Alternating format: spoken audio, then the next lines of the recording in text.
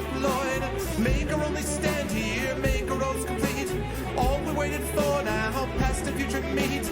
Get your weapons ready, kiss loved ones goodbye. Now our time is coming, and it is not the time to cry.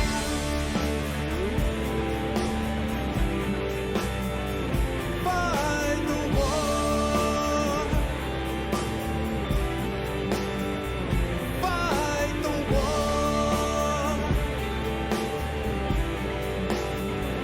Fight the war.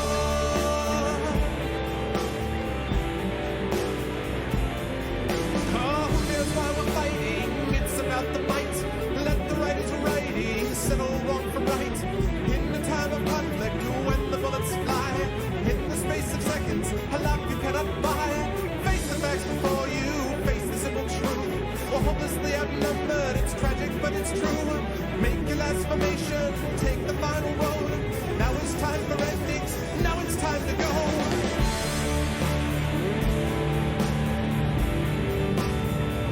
Fight the war. Oh, fight the war. Fight the war.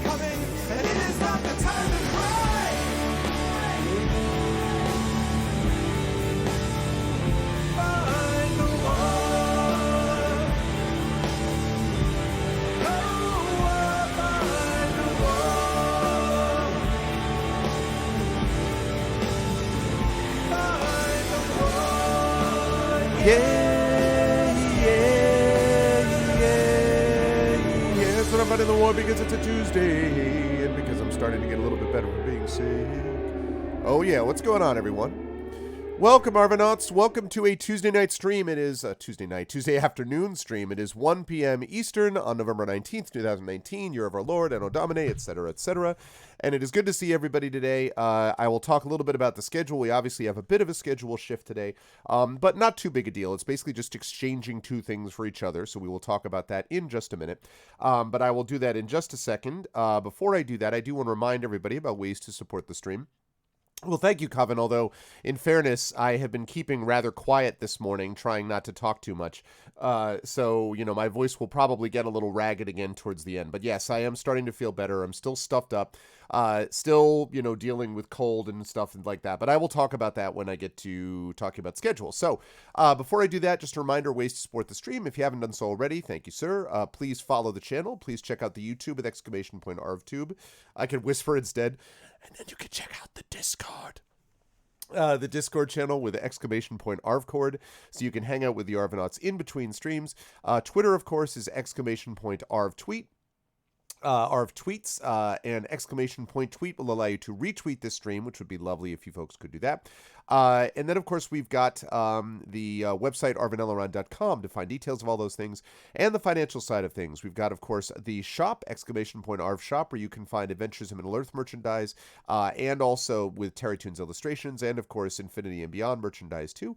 Hopefully soon, Esper Genesis stuff over there as well. The Patreon, which is currently holding steady at 302. Would love to see that move up the list as well, !Arvtreon, so we can get more support for that. And last but certainly not least, of course, that sub button right above the video window. I saw that Kerflop resubbed earlier, so thank you so much, Kerflop. I think we're sitting right now at about 47 or 48 subs, so we're kind of gradually making our way back up in the right direction, which is awesome. So that is the deal with that. Now, as far as schedule is concerned, so we were supposed to be doing Adventures in Middle-earth this morning, but we ended up having to reschedule because of two of the players, but everyone, it looks like, is on board for next Tuesday at 10:30 a.m. Eastern. Oh my God! Kerflop with a tier 1 sub to Aaron. Thank you, Kerflop. That is very kind of you, man. And welcome into officially. I mean, you're already in the Arvanauts, but thank you to the emotes and being a subscriber of the channel, Aaron. Thank you for joining us there. And thank you, Kerflop, so much, man. I appreciate that. That is very kind of you, sir. Hope all is well with you. And yeah, so 49-ish, 48, 49-ish subs. That's great. So we're making good progress there, which is awesome. So schedule-wise, we've got Adventures of Middle-earth coming up next week at 10:30 a.m. Eastern. Today we have got instead the Patreon-fueled Chat Chosen Game of the Month, about which more in a moment. And then we've got at 4 p.m. Eastern, Pen and Pixels, and we will have some D&D with GOG Storm King's Thunder coming up today. So if you're like, oh man, I wanted to see some tabletop, you will get your tabletop. You'll get some later on this afternoon. And then I'm going to be grading all night and grading all tomorrow and everything else, because this was kind of a lost weekend because I was sick. Let me get rid of this, and let me get rid of this, and let me turn on that. So good to see everybody. Hello all. Hope everyone is doing well. Yeah, I got destroyed with a with a bad cold from my son. I was starting to feel it a little bit on Thursday of last week, just a little bit, and then Friday, definitely the cold was picking up some intensity. And those of you who watched, as I know Coven Guy did, the Esper Genesis stream will know that my voice was starting to lose it a little bit when we got to the end. And Saturday was the sort of low point. Saturday was not a particularly fun day. I basically just, shuffled around the house in my pajamas and, drank chicken soup. Although I did have one very cool thing. I really wanted to get more grading done, but I just couldn't get a lot of work done at all. And I couldn't even, as you folks know, I wasn't able to stream at all. I was hoping that I could do something, and I ended up having to not cancel Curse of Strahd, and then I ended up having to cancel any stream at all. I fell asleep at like 9 o'clock at night or something like that, which is super early for me. I just was not in a good state. Started to feel somewhat better on Sunday, but even yesterday, I went into school for my first class, and then I had to turn around and come home. I had to cancel my last two classes because my voice just wasn't going to hold up. Mostly just because of not so much laryngitis, but mostly just coughing and stuff like that. I just was not in a good state. So I am feeling better. I'm still stuffed up. My nose is all raw, from the tissues. Like, it's funny because this is one of my second box that I'm on. I usually will use one tissue a week, basically, if that so most of the year I'm using a tissue a week, maybe 2 tissues a week, and then I go through 2 boxes in a couple days.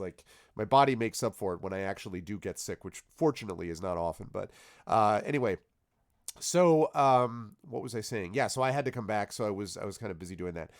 The one good thing that happened over the weekend, though, was that I had the chance on Saturday finally to watch A New Hope with my daughter. So little Arv and I watched Star Wars together, the despecialized edition, which was great because she had never seen it, and she's old enough now, and she was very excited. It was a total surprise. So we got a chance to watch it. She really enjoyed it. She loved it. She's like, "Oh, this is great." She actually drew the Death Star and everything. So that was cool. It was cool that I was able to spend some quality time with my kid, even though I was not able to spend quality time doing anything else because I just wasn't up for it. But I was up for that. So on the mend, getting there better, and yeah, inflamed vocal cords from irritation caused by coughing. That's pretty much it.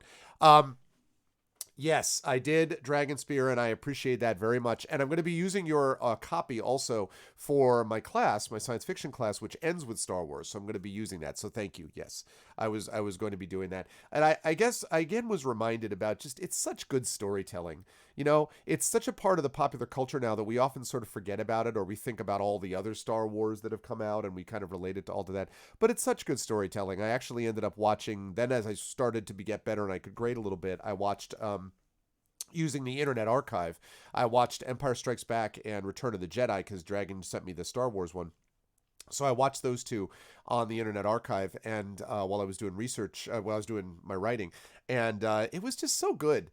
Like the Empire is so good. The sequence where Yoda pulls the Tie Fighter, no, where Yoda pulls the X-wing out of the swamp is still, I for my money, that's the best sequence in any of the films. I'm sorry. It's absolutely brilliant. Everything from the original sort of belief that, Luke thinks that he's failed, to Yoda just doing it, plus amazing puppeteering from Frank Oz. Amazing.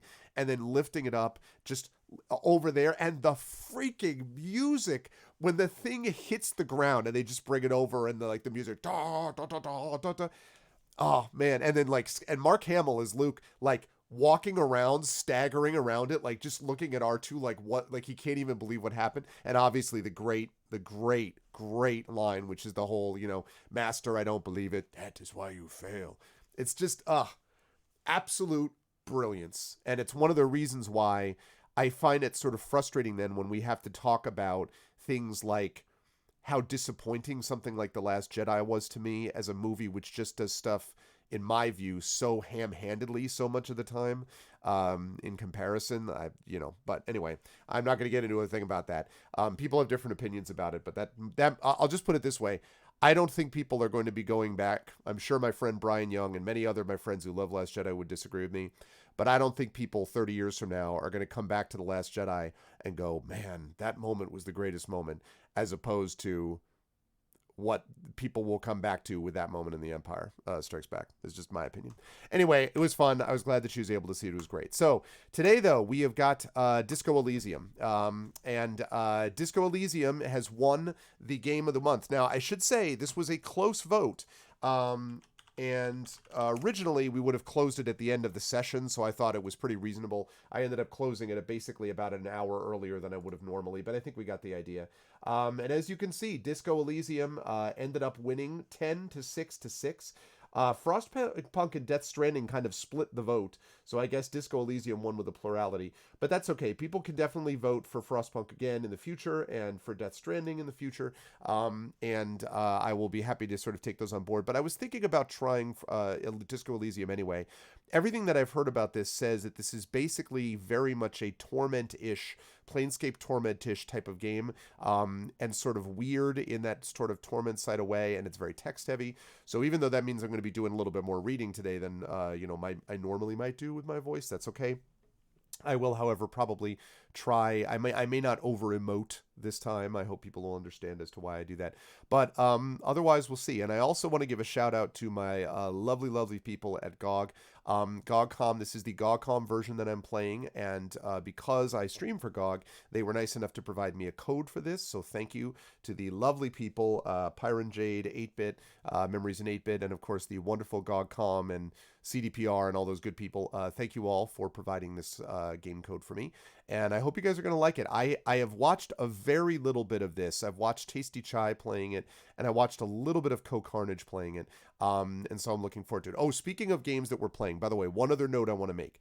So I'm going to be playing a fair bit of Tyrants of the Moonsea this month, and we'll hopefully be wrapping that up. I've been having a great time with it. But I have made, excuse me, however, a change in the game order that I'm going to be playing after that. And that is that I am absolutely 1000% going to be playing Jedi Fallen Order after Tyrants of the Moonsea. I had a chance to watch a little bit of this. This hits almost every button. It is based on, it's got Tomb Raider, it's got Metroid, even the map looks like Metroid Prime. It's got Star Wars, which I'm a huge fan of anyway. It deals with exploration. There is a little bit of Souls-ish parts combat, which I'm like, not as great. But overall, the game just looks exactly what I would have hoped for. Plus a good storyline. The voice acting looks on point. I was like, this is a game that I want to try. So I mentioned to everybody that I was sort of holding out to see what that was going to look like. I'm straight up going to give that a shot. And yeah, I've watched some of the Dark Souls. Oh my God. J-Rab with a resub. What is up, J-Rab? How you doing, Jay? What's going on, man? Yeah, by then it'll be patched. I'll probably not be getting to it until sometime next month, I would guess. So by that point, they'll patch it up a little bit. But I've had a chance to watch some of it, and it doesn't feel to me... First of all, there's a lot more exploration than combat, as opposed to Dark Souls, which has a ton of combat. And secondly, it feels to me like there's only certain... the save points are a lot closer together. And just, I did some research on it. It just looks to me like it's just much. Also, there's difficulty levels, which is not the case with Dark Souls. So it just looks to me like it's a lot better. And also Star Wars, which also makes a difference. That helps get me past a lot of it. So I think in general, every element there except the Dark Souls combat I like, and even the Dark Souls combat I can handle, because it feels like they've mitigated a lot of it. So I think it's going to be a good stream game too. So I am looking forward to it. Should be good times. So thank you, Jay, for the resub. Good to see you, man. I hope everything is doing well with you. I really appreciate that a lot. Exactly. No microtransactions. Well, you know why, though? Because they gave it to, what is it called? Respawn or Rerun or whatever the hell the name of it is. The people that did Titanfall 2. So EA actually ended up giving that to a studio, and then for a change, they left it alone. You know, it's got to be killing EA that they're like, wait, no loot crates? No Respawn. You know what I mean? Like, well, yeah, but the thing is, but Star Wars still, you can do Star Wars right though, and if you do Star Wars right, it's a big thing. So it's crazy. TwitchCon and BlizzCon, I got a few more conventions to go. I hear that, dude. I hear that. Yeah. I am done with conventions until next year. But in February, I will be going to two, Boscone and Farpoint in Baltimore. And then nothing in March, nothing in April. In May, I've got actually two, BruneCon, which is a small little con in upstate New York, and then Three Rivers Comic Con that I usually go to in Pittsburgh with Little Arv. And then June, I've got Origins. And then July, I've got ReaderCon. And then we will see on whether WorldCon or Gen Con is in the future, and stuff like that. Oh, one last thing I need to mention, by the way. Rebel Without a Cause. Oh, nice. Have a good time, Echo. Have a good time with James Dean. Good stuff, man. Last thing that I need to mention, which is really, really, really important. Really important. Mead and Farpoint Station. Basically, Aaron, that's what it's named after. But this is a long-running, smaller convention. Probably the smallest one that I go to in Baltimore. And I can drive to it. And so... Oh, actually, I am going to be there. I am going to be at one convention. In a couple of weeks, I'm going to be at PAX Unplugged on Saturday. I'm going to be driving down. I don't have any official, responsibilities there. But I'm driving down with the family. And I might be streaming from there an Esper Genesis live session. That's very much up in the air, though, but it's a possibility. But I will definitely be there one way or the other. So that's PAX Unplugged. The Detroit Con, I have had to cancel, Dragon. The short reason for that is because my university has, because of operating cost issues relating to lower enrollment. Before I go any further, no one needs to panic. This is not a big deal as far as long-term viability or anything like that. But my university, like many universities, is affected by lower enrollment. And so they need to make adjustments so that they don't get into trouble down the line. So it means that our travel is frozen. So basically what that means is that I'm not going to get reimbursed for travel. And so I cannot do travel that involves flights at the moment. The only exception to that might be WorldCon, and again, that depends on a lot of different factors. So as a consequence, I can't do Confusion in Detroit. I really, really wanted to. It also means I can't do ICFA in Florida, in Orlando, which is where I met J-Rab in person. I would have liked to do that in March, but I can't. Again, because I can't afford it. Without them helping me to reimburse travel costs, I can't swing it on my own. So I am sorry. I apologize unreservedly, Dragon. The closest to you that I will be next will be Origins in Columbus in June. And you should, it's not that far. A friend of mine lives in Michigan, came down for that convention. He was able to drive it. So would love to see you there. Hopefully I can make a Confusion in 2021, I hope. But again, it sort of depends on financially where things stand. So, what was I saying? So yeah. Oh, so the announcement. One big announcement, and then I'll get into the game. So on Friday, December 6th, mark your calendars. I have a big announcement coming on Friday, December 6th that is publishing related. Yes, in June. I believe it's the third weekend of June, Dragon. I'm not 100% sure. I'll have to confirm, but it's in Columbus, and I will absolutely be there. Because I am the coordinator of the Argent's Library, along with John Helfers on this channel, if you folks know, and Aaron Rosenberg. So I will absolutely be there in June. So what was I saying? Yes. So anyway, December 6th, big announcement. It is publishing related. It's also going to have a connection with the channel.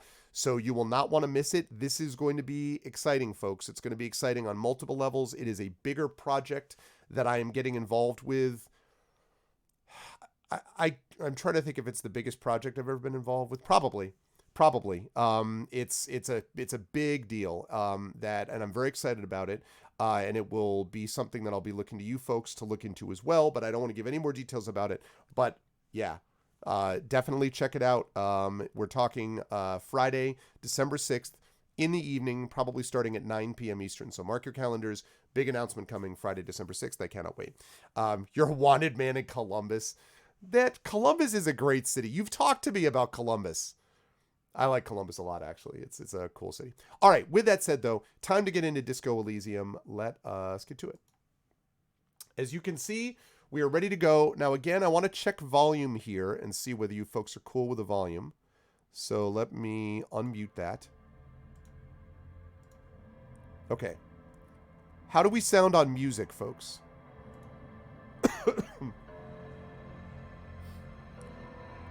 How are we doing on music? Is it too loud, too soft?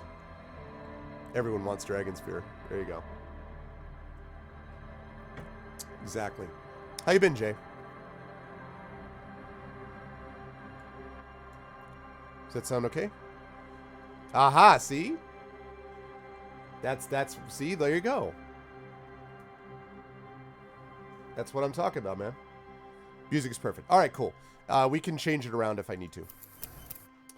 All right, here we go. So, thinker, extremely intelligent, very bad with people, knows interesting facts, comes up with original ideas.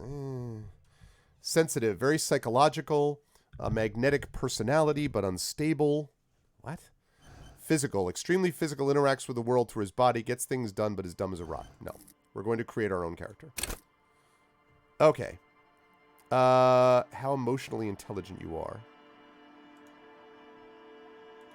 Okay, let's drop.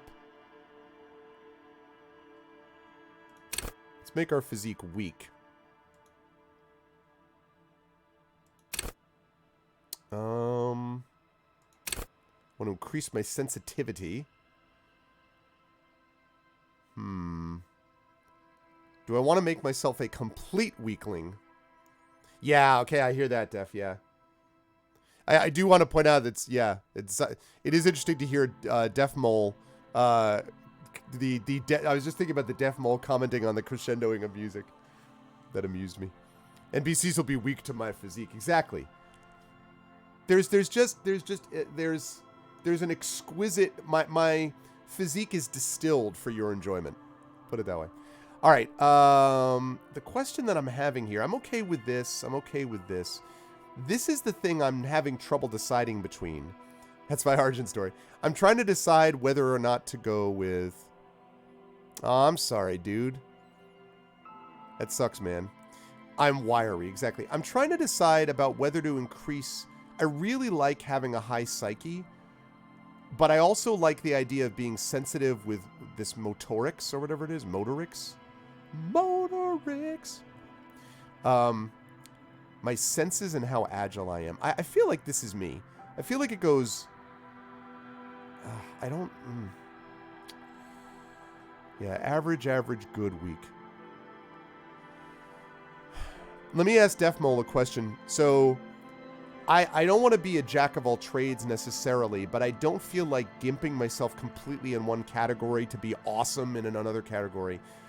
Is it make more sense to make myself awesome in a category within this game? Or can you play through with a solid... Like, I think of this guy as being sensitively psychic, smart and like, you know, decently agile and kind of weak physically. Like, is that's the character that I want to create. Basically, the character that I want to create is someone who's hugely charismatic in conversations. Let me put it that way.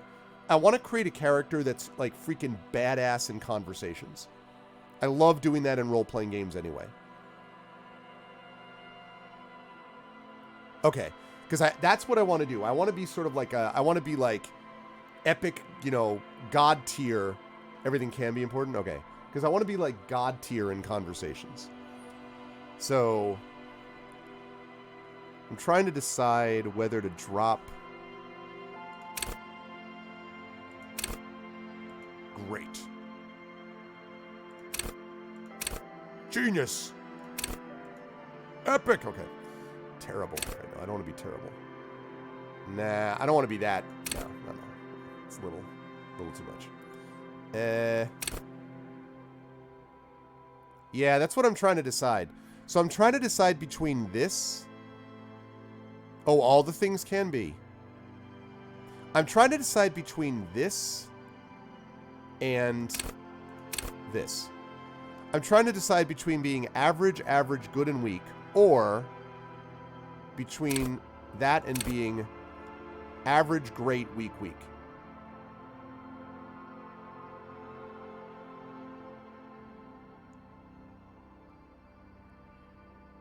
Okay, nonstop. 2 weeks is a long time. It's cute. So you think this one you're thinking about, Kerflop? Nonstop Def Mole, you think that this is a reasonable progress? Do you think that this is a reasonable, like, approach? I'm not saying it's your approach that you would necessarily take, but, like, this is a good approach? Yeah? Okay. All right. I'm great with Psyche. I want to point out that this does not actually reflect my physical characteristics. Of course, in real life, you know, I have the quality skills.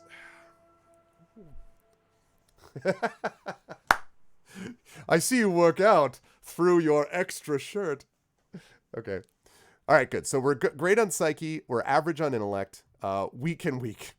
Let's arm wrestle in Columbus. You probably would beat me, Dragon. I'm guessing. Someone touch his biceps quick. Look, chat. Look at my bicep. Look at the bulge. Look at the bulge in the. All right. Okay, select your signature skill. The skill you select will gain a +1 bonus. Additionally, learning cap for every skill of the same type. Do I get a signature skill in each one? What is this? Volition. Hold yourself together, keep morale up. Okay. Hunches and gut feelings, dreams and waking life. Understand others, empathy. I like that. That's an elbow. Intimidate the public, no. Esprit de corps. Understand cop culture. It's interesting, but no. Suggestion. Charm men and women. Oh, man. It's between this and this. God, man. It's between that and that. It's between charm and empathy. See, here's the only thing. I assume you can only pick one skill, right? All right, let's see. Suggestion uses a soft power approach. If people think they want what you want, you've already won. This skill enables you to implant ideas in the minds of others, make citizens like you more, make gangsters turn on each other too. Many crime rings have been broken by just little doubt after all. At high levels, suggestion make you affable to everyone and more resistant to their charms in turn, but all that schmoozing and oozing charm will make you slimy, and you'll know it even if no one else does. With low levels of suggestion, though, you'll have difficulty getting any kind of rapport with others. You'll be alone both during the day and at night. See, so this is the thing. I would go with charm, except that I'm a little worried about the slimy thing, because I want to do it so I have charisma, not so I can be like, you know that you really do want to give me that money. You know what I mean? Like, let me see what empathy says. Empathy breaks through the souls of others, forces you to feel what's inside, enables you to notice social cues others may miss, perhaps a hidden sadness you could coax out a little more, a strange joy from someone who should be bereaved, or a hidden resentment that could return to harm you later. High levels, empathy really puts you in other people's shoes. You'll cry for their sorrows, punch walls to relieve their angers, be an even more unstable cop. With low empathy, however, you'll be an ungainly beast, unable to talk to anyone without upsetting them. Oh, God. Empathy or suggestion? Empathy or suggestion? So tough.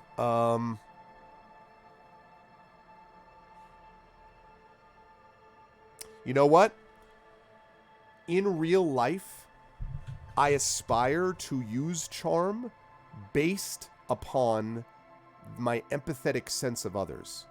I don't intend to be slimy. I intend to be empathetic. So I am going to do that. I only get one skill, right? One set signature skill.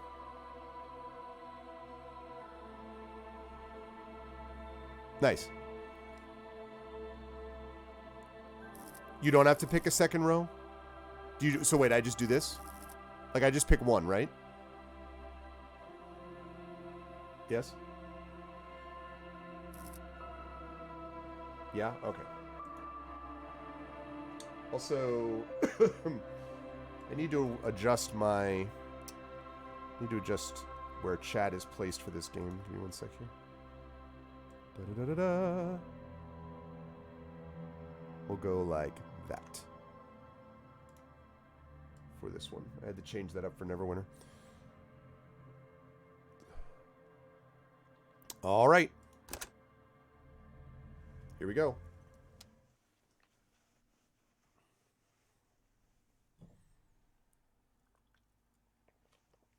The Furies are at home in the mirror. It is their address. Even the clearest water, if deep enough, can drown. R.S. Thomas. Begin. There is nothing. Only warm primordial blackness. Your conscious ferments in it. No larger than a single grain of malt. You don't have to do anything anymore. God damn, that's some good voice acting. Ever. Never, ever. Never, ever, ever? Never, ever, ever, baby. Okay. An inordinate amount of time passes. It is utterly void of struggle. No ex-wives are contained within it. Nice. I'm going to shift this over. Hold on. I want that to get out of the way.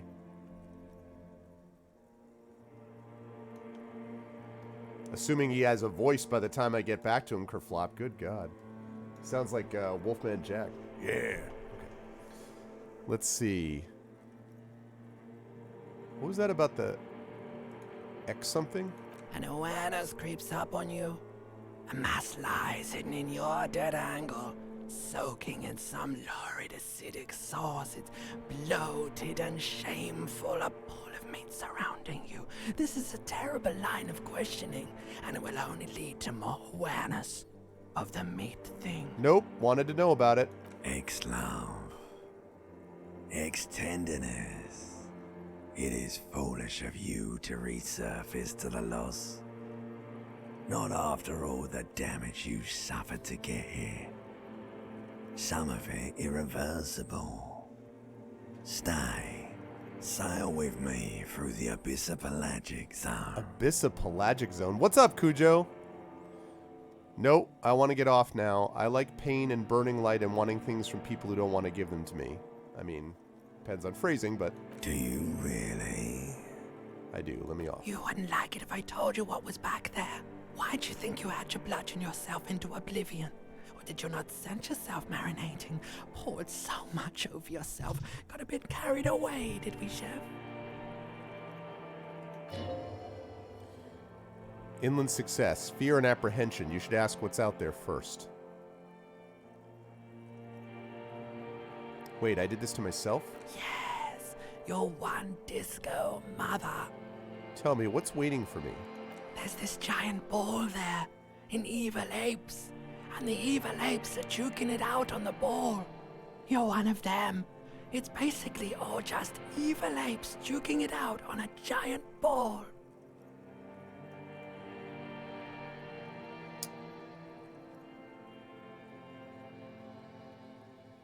How big is the ball?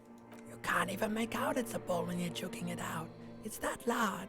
How small are the apes? Infinitesimally small. And this duking it out I keep hearing about, what's that? Vying for resources. It's a stupid expression you picked up somewhere. The part of the presentation you want to take home with you is this. You have to beat the other Reaver Lapes in the face, or you lose. That's sad. Yes, it is. And you drowned in that sadness a long time ago. What do you mean drowned? You lost.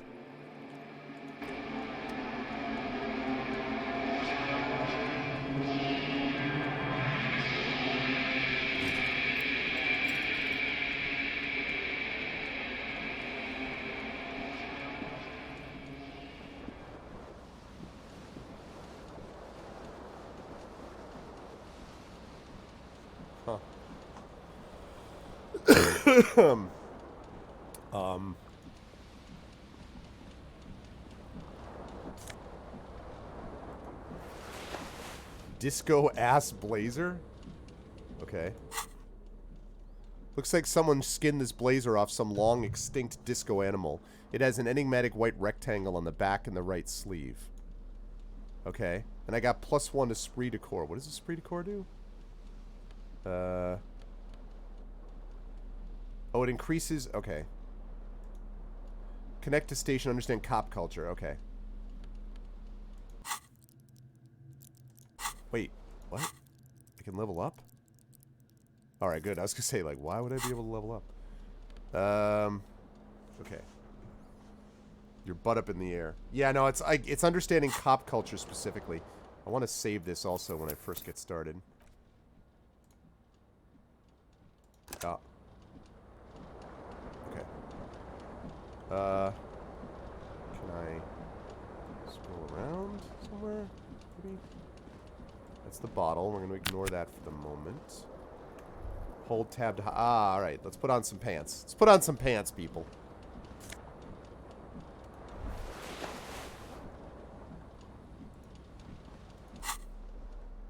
Yeah, flare-cut trousers. These golden brown trousers are flare-cut. Sorry, I got to move my mic. Give me 1 second.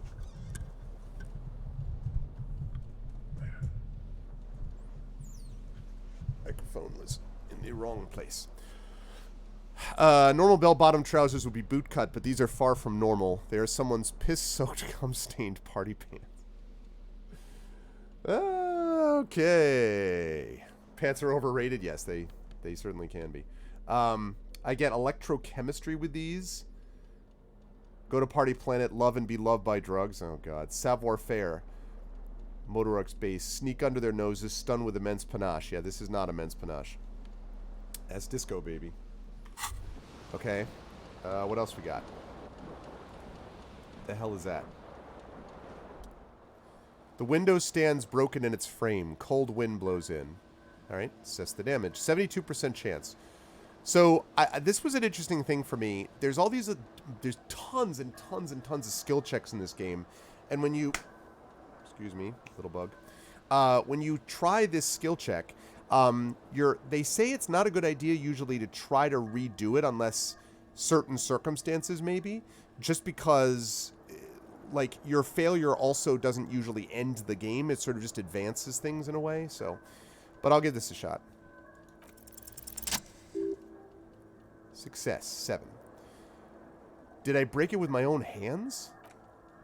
A fine web of scarring covers the back of your right hand, but none of it is recent. What did this then? More likely a projectile than a held object. There are no fragments on the floor from pulling a tool back in after impact. It's the size of the impact. It's too large for a bullet, yet too small for a piece of furniture. You're looking for something heavy and larger than your fist. Like the green shoe that's on the hat rack in the corner, which, coincidentally, is missing its friend. Congratulations, you smashed the window with your own shoe. Now you only have one. If you're lucky, you could still find the other on the balcony outside. The door to which should be outside your room. Maybe it wasn't me? You mean someone else took your shoe off and smashed the window with it? I should go and get that shoe. Find your other shoe! Yes! I have a side quest to find my shoe! Okay. I've got to find my shoe. That's what we're talking about here.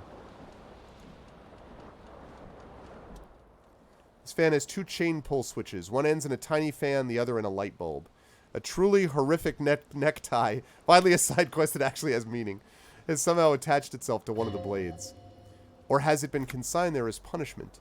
You feel as though this creature is your friend and wants to reattach itself to your neck so that you may continue your adventures together in this strange world. How about I... Blades come squealing to a halt. I love that I could have tried to do it without stopping the fan. Just be like, let's go. You swoop up and catch the tie. Snap! It's released from the blade. Warning, warning, the necktie is no longer contained. Horrific necktie. What you have in your hand is a fantastically colorful tie with 4 or 5 different patterns. The knot reminds you of a noose. A terrible mistake. Turn the lights off immediately. You could practically feel the photons burning a hole in your brain. Bring it on.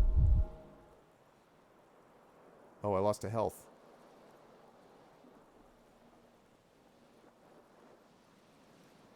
Hold on. This bug is going to bother me.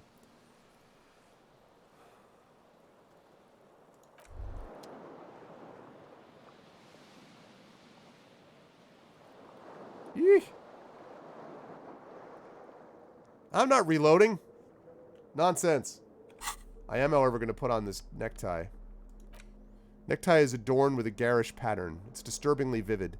Somehow you feel as if it would be wrong to ever take it off. It's your friend now. You will betray it if you change it for some boring scarf. Okay, so I get +1 for Inland Empire, +1 again for Esprit de Corps, +1 to Electrochemistry, but -1 to Savoir-Faire. I don't think I'm going to have a lot of Savoir-Faire, guys. I don't think I'm going to have a lot of Savoir-Faire. I'm just guessing. Seems like your green snakeskin shoe is missing its partner. You should find it before you go venturing into the wild unknown. 2 shoes are better than 1. Okay. I will do that when I go outside. I don't want to go outside just yet.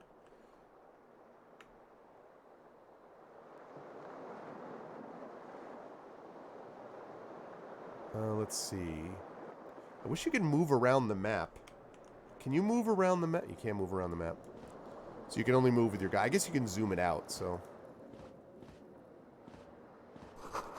You see bottles in the bathtub. Wine, beer, and sweet liqueurs. Sweet... Whoop, whoop, whoop, whoop, whoop, whoop. Sweet, sweet liqueurs. A mirror hangs above a bent and broken sink. In a fierce discharge of masculine energy, someone has ripped half the faucet off. Hot water sprays from the base and steam covers the mirror. You cannot see yourself, just the outline of a man. Suddenly you realize you have no memory of the face that awaits you there underneath the soft vapor. Really? Nothing? Really?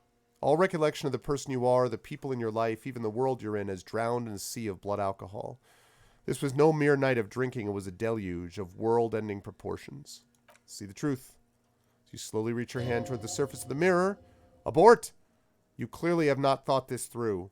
You won't like what you will see there, and you will never unbecome it. Maybe I should touch it first to make sure there's nothing wrong with my face. Yeah, there's definitely something wrong with it. What? What's wrong? Where to even begin? There's the bloatedness. There's the swollenness. So now I'm talking to the mirror. It's like there's an upholstery of alcohol underneath your skin. I'm sorry. Bet you are. Your nose feels like a small balloon in the middle of your face. It hurts when you honk it, and it doesn't appear to be a particularly tiny nose either. Not with all the drinks it's absorbed for you. At least my tongue is okay. It's not. It's swollen and snail-like, wriggling between your mirror fingers. Wipe the mirror.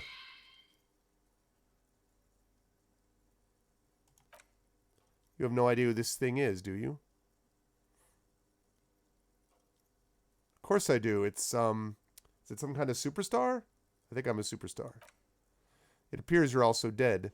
There's clearly rigor mortis on your face, or wait, is that an expression? Are you trying to make an expression with that face? Why? I think it might be because I'm a superstar. Please stop, it's horrible. You're scaring yourself. No, this is what superstars do. You can't, can you? It's not like it's even voluntary anymore. You've worn that grin into your face and now it won't come off. What does it even mean? What is the emotion you're trying to convey? I'm so tempted to say superstardom. I'm insinuating that I'm vaguely sympathetic. I think I'm sort of pulling it off, too, in a sad, has-been kind of way. There's some charm to it. There might have been. 10 years ago, it's a little more than a cadaverous spasm now. Wow. Okay, dig deep in your mind to locate the source of the expression. 17%. Okay. Or 3. I don't want to do that. Let's dig into my mind. That was close, actually. That was pretty close.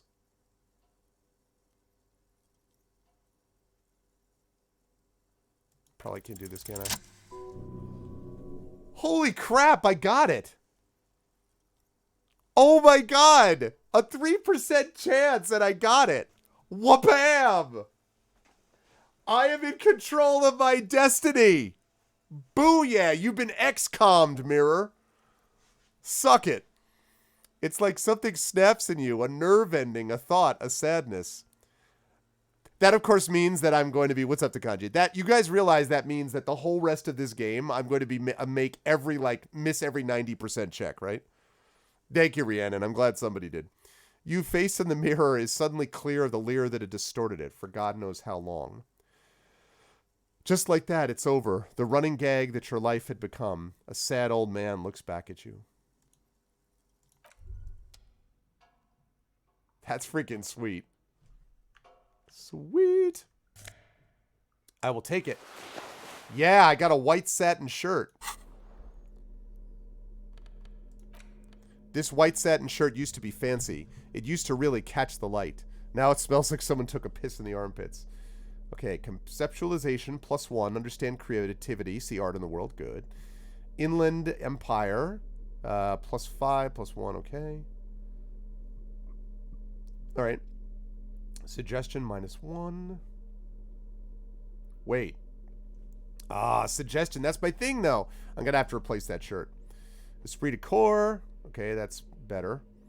Electrochemistry is better. And -1 in the savoir-faire. I could have even had a better shot if I took that mirror thing after I got that shirt. But I've actually got to save. I just realized I've really got to save that.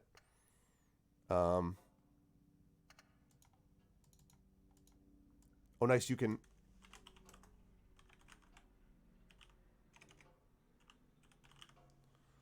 Continuing. Good, lovely.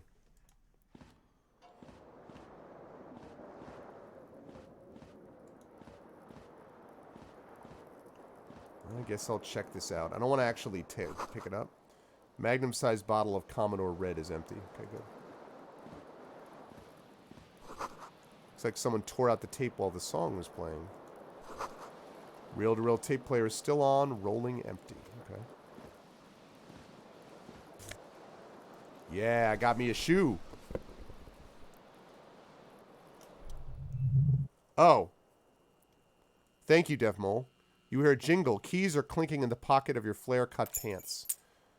It says whirling in rage on the aluminum key ring. There's a single key on the ring. The number 1 is etched on it. Should open the door. Thanks, I didn't know what that was. Okay, so shoe. This green crocodile leather shoe, speaking of disco, has a high heel and chrome embellishments. It fits your left foot perfectly. Now all that remains is to find the other shoe. Alright. Actually, wait a second. This gives me... So +1 from the white satin shirt, necktie, -1. Do I get anything from the shoe? So far, no. But maybe after I get the other one. Well, there's a door there, Arenth, but I don't know. I don't know. Excuse me a minute. A reason to see. Maybe folks see me coughing up along. I don't know whether that door... I'm worried about this door because I don't know if... I mean, I guess I can check. I'm worried about this leading somewhere because it's outside my apartment that I need to get my other shoe. Hopefully it's a closet, yeah. Okay,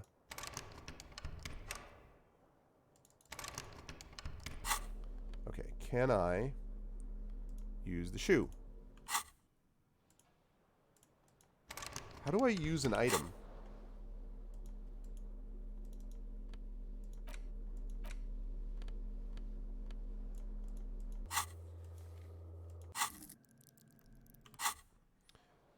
Would it automatically work? If I had the right key, would it automatically work? Like, how do I... Okay, so I can't get into it yet. Fine. Great.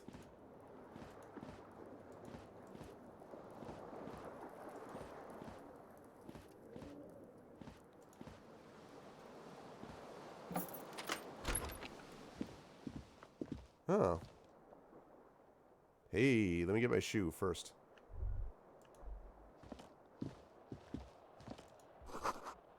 Something on the table. Oh, I'll get some change. I want to talk to her, but not until I get my shoe. Wait, what? I hope she doesn't leave. Okay. Is it clear, though, Def Mole, when those moments happen? Yeah, there's my shoe. Hell to the yes.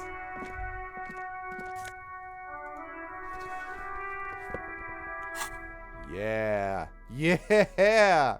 That's what I'm talking about, baby. Look at that. That is the look. You got the look. You got the look.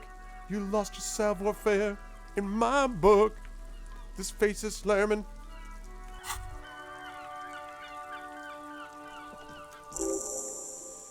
Okay. Gain experience plus 10. There they both are. Two identical shoes, both copiously green and indiscriminately snakeskin, reunited on your feet, like two baby crocodiles. I love that.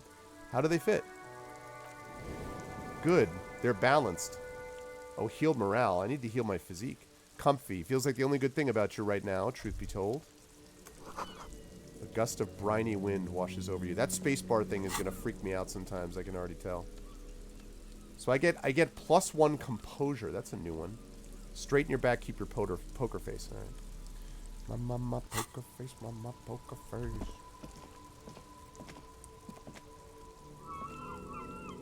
Okay.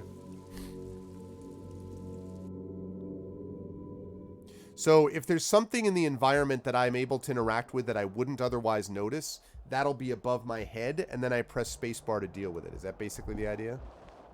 As I understand what's being represented.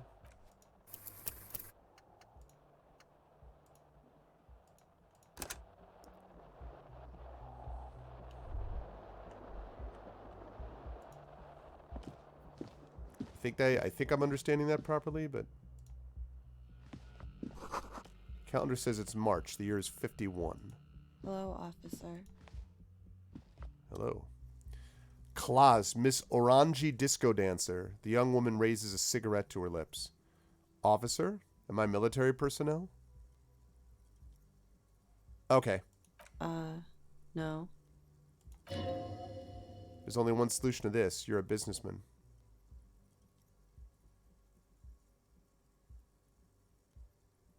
Why'd you call me an officer?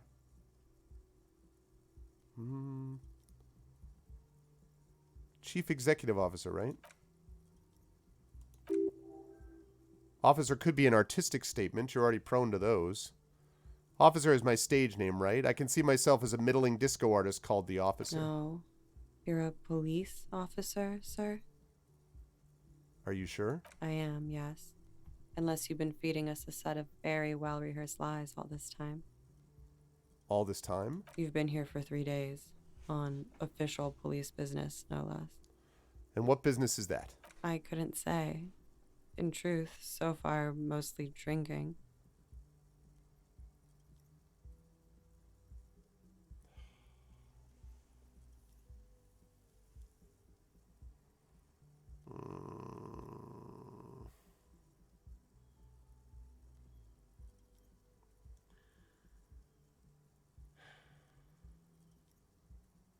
I just see. I wanted to try out my charm, but A, this makes me feel slimy. B, I met this person 3 seconds ago, and C, I just got rid of the expression, like at a 3%. So I'm not going to do that. Why don't I remember being a cop or anything else? Could it be because of the drinking? But see, I don't. So this is a question I have about the game. So a lot of these games, you want to try like all these options. Am I, by not answering, like by not doing this and by not doing +1, stop the expression, because I have more suggestion than I had before. I got an extra suggestion for stopping the expression. That's pretty cool. I feel like I can only attempt it this once.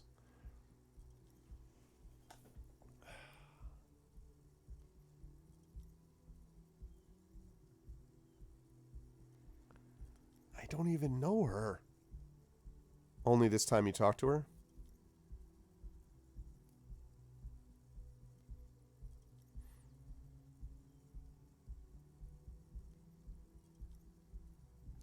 I want to give it a shot then.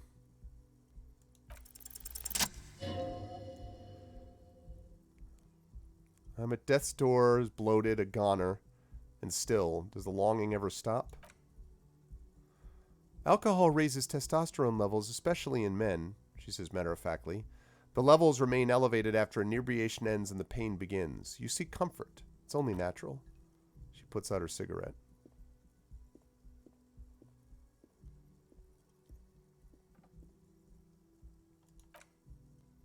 She looks back at you, a light glinting off her eyes. And no, it never stops. Goodbye.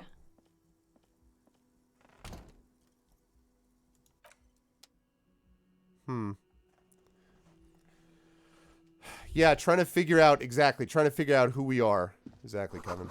Looks like she left a nice long stub in the ashtray. It's still smoking. Okay, that's great. Assume I can't open that.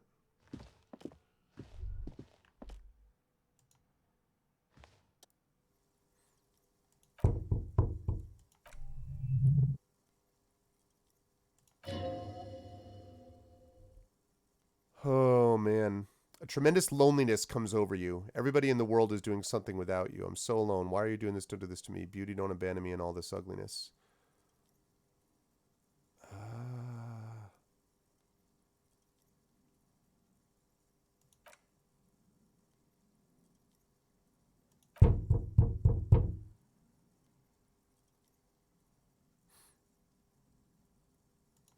Yeah, I know. I heard about that, Carol. Caro, though, you guys missed it. I actually got the expression off my face with a 3% chance. I double sixed it. I got a +1 suggestion on it. It was pretty awesome. The weekend edition of the satirical newspaper Trompe le Monde. Nothing on the front page rings a bell. Strange.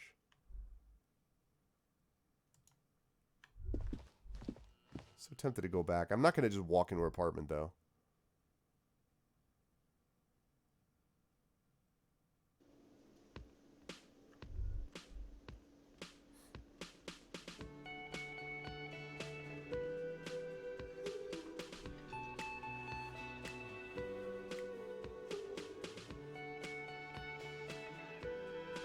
Dig it.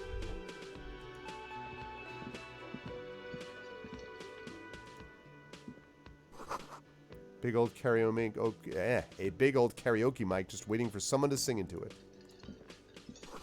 This is where the lyrics would be. Okay. Speakers connected to the radio. The music is seasoned with static. You should totally sing karaoke here the first chance you get. Your emotions need to be expressed. People need to know of your vast oceanic soul. Soul is modest. It's normal sized. It's measured, level-headed, and needs to be heard through a PA system by other people. This goes well with a theory I'm developing that I'm a down-on-my-luck superstar person. Who is mistakenly identified as a cop for his prominent jawline? Yes, sounds likely. You should probably go on stage and pose for a moment when you're done with this thought. See if it works. What should I sing when it comes to it? You have not yet stumbled on the right lamentation. But it's out there. It'll come to you. You'll wreak havoc with it, don't worry. Lamentation sounds good. They'll really get a gauge on my soul with that. Serves them right. Wipe that smirk off their face with your sad, tragic song. Who's laughing now? No one. You have to find something tragic to sing first, though. Alright, so I have to sing karaoke. You need to find a sufficiently tragic tape, then play it on a boombox to memorize the lyrics. Then ask the cafeteria manager to perform. Get hold of a sad song on tape. Alright. Definitely need a sad song.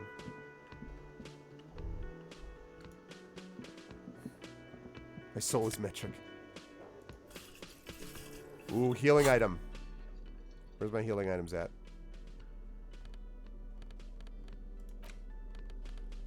What? What the hell are the healing items? Hey.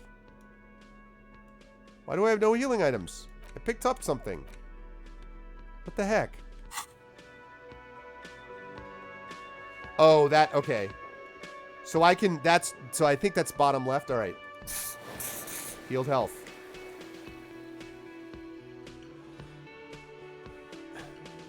Oh, Tromplemond was by the Pixies. Yeah, that's right. That's right. I'm going to save it for a moment because so far I feel good about how this is going.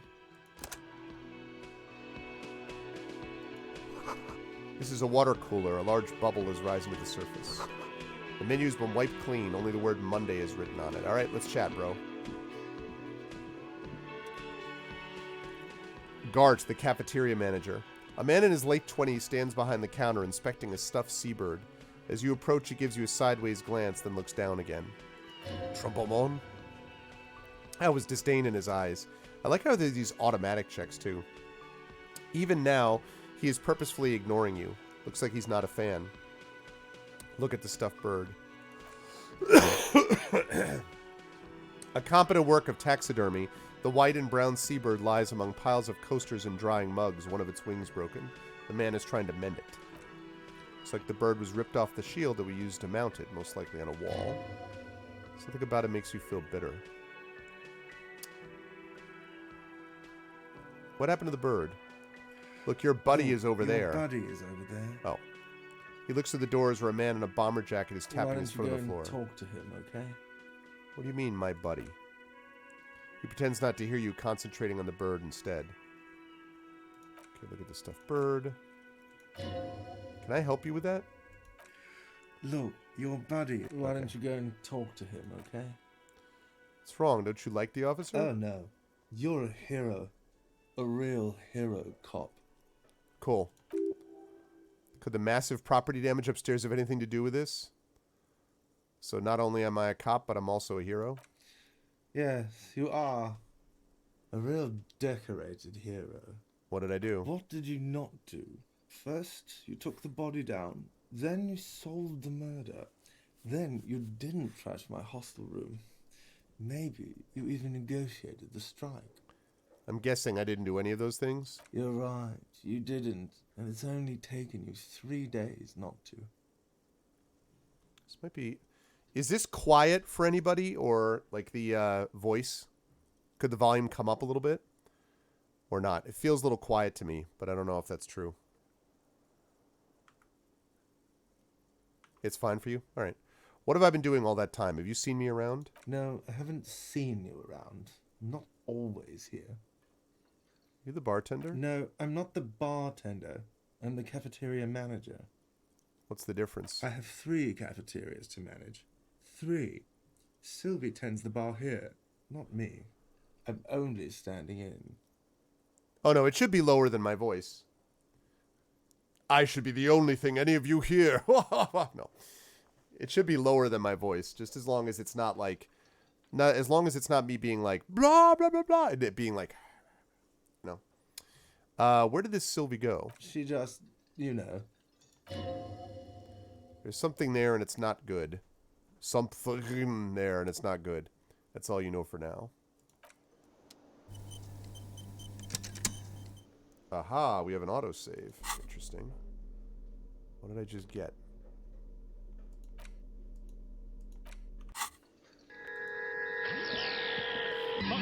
Oh, Shatter Mage with the raid. Honk. Yes. Thank you very much, Shatter Mage. I appreciate it, man. Welcome in, Raiders. Hello, Estermo. Welcome in, welcome in. So how did Untitled Goose Game? Have you cut the 19, Shatter? The last I knew about it, you were trying to cut the 19 speed run. You're done with that damn game for a week. Did you cut it, though? Did you cut the 19? I want to know that friends of mine are world record holders. That's very important to me. Me personally, your own particular ambitions are of no importance. What matters is whether my friend... Hunger. Also, my goal in life is to grow up and be an absolute disaster of a human being.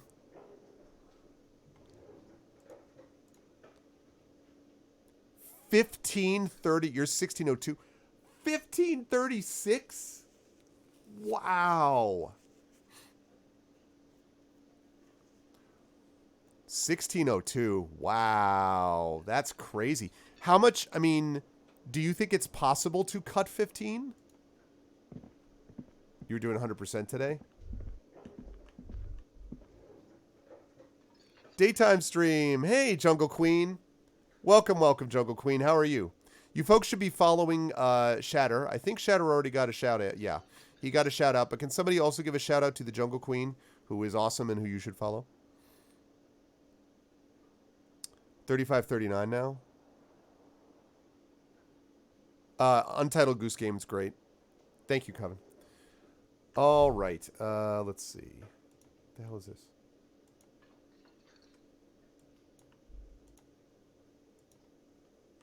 Why can I not?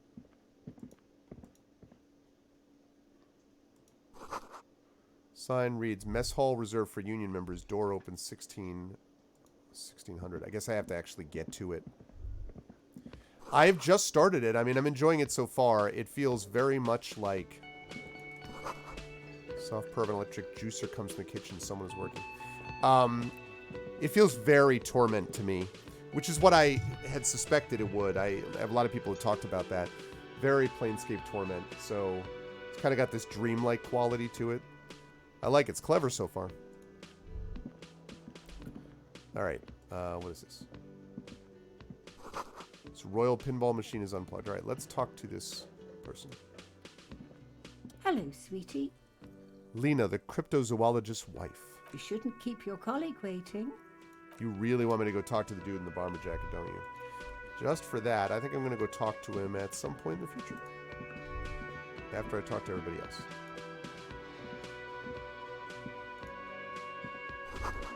Bottle of rum has been knocked over. Beautiful dark liquid is spilling out.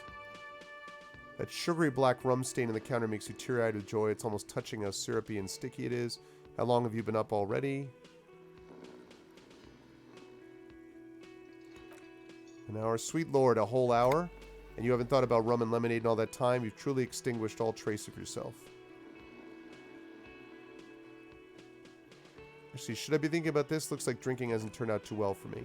Maybe you haven't turned out well for your drinking. Have you thought about that? Get a goddamn rum and lemonade into yourself, boy. Or better yet, lick that stain off the counter. It is a story-based game. Yeah, very, very text-oriented. Yeah, it's a lot of dialogue. But there's lots of skill checks, though. It feels very much to me like a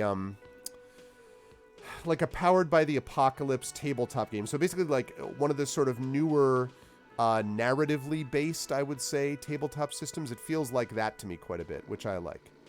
Don't like it. What happened, man? You used to be cool. Go get your boring normal person drink then. Get your drink on and your act together. I don't want to drink. Man is sleeping at the table wearing mud-caked boots and roll-down overalls. The back of his shirt reads Wild Pines, encircled by a logo with a tree. On the counter, rolled out of his open hand, you see a blister pack of headache medicine. Man does not mind. You probably need them more than he does. Yes, I do. You just picked up medicine, stored in the bottom left corner of the screen above your character. Click on the blah, blah, blah, blah, to heal your morale if you have morale damage. Right. So wake him up. 17% chance. This is not going to work, but it's worth a try. These are the things that are interesting to me, the skill checks. What it recommends you do is not to reload, because even failed checks have like impact on the story that can often be positive too. I actually, at the beginning of this, hit a 3% chance. I needed double 12s, or double 6s rather. So I had a 3% chance and I hit it at the very beginning. I don't expect I'm going to get this one. I'm going to try with it. Yep, my first failure. You gently shake his shoulder, but nothing happens. This man could probably sleep soundly in a ship's engine room. Okay. That's fine. Actual die rolls, yeah. Alright. Alright, let's talk to this guy.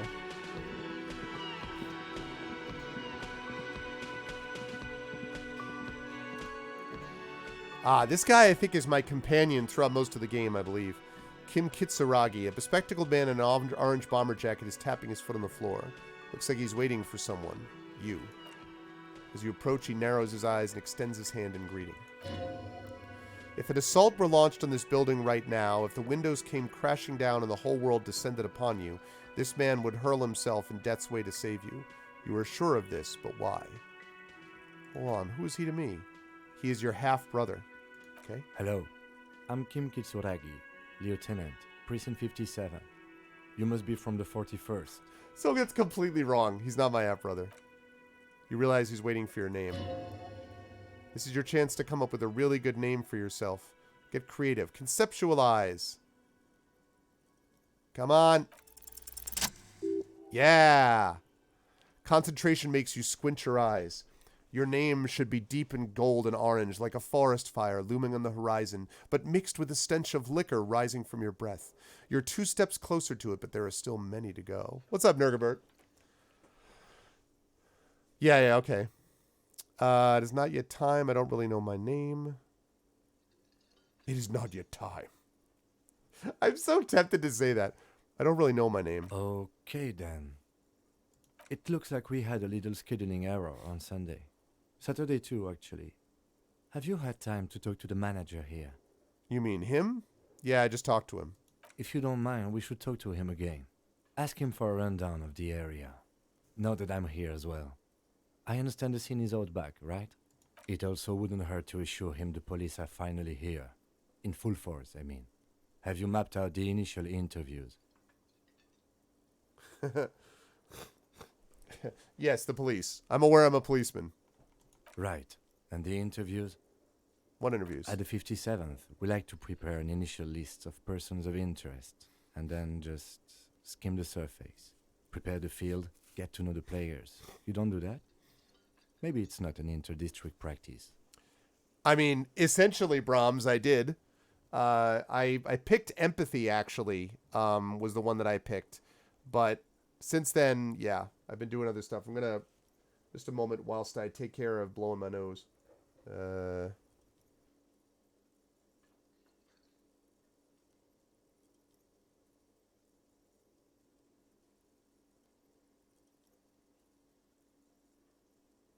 The joy of colds.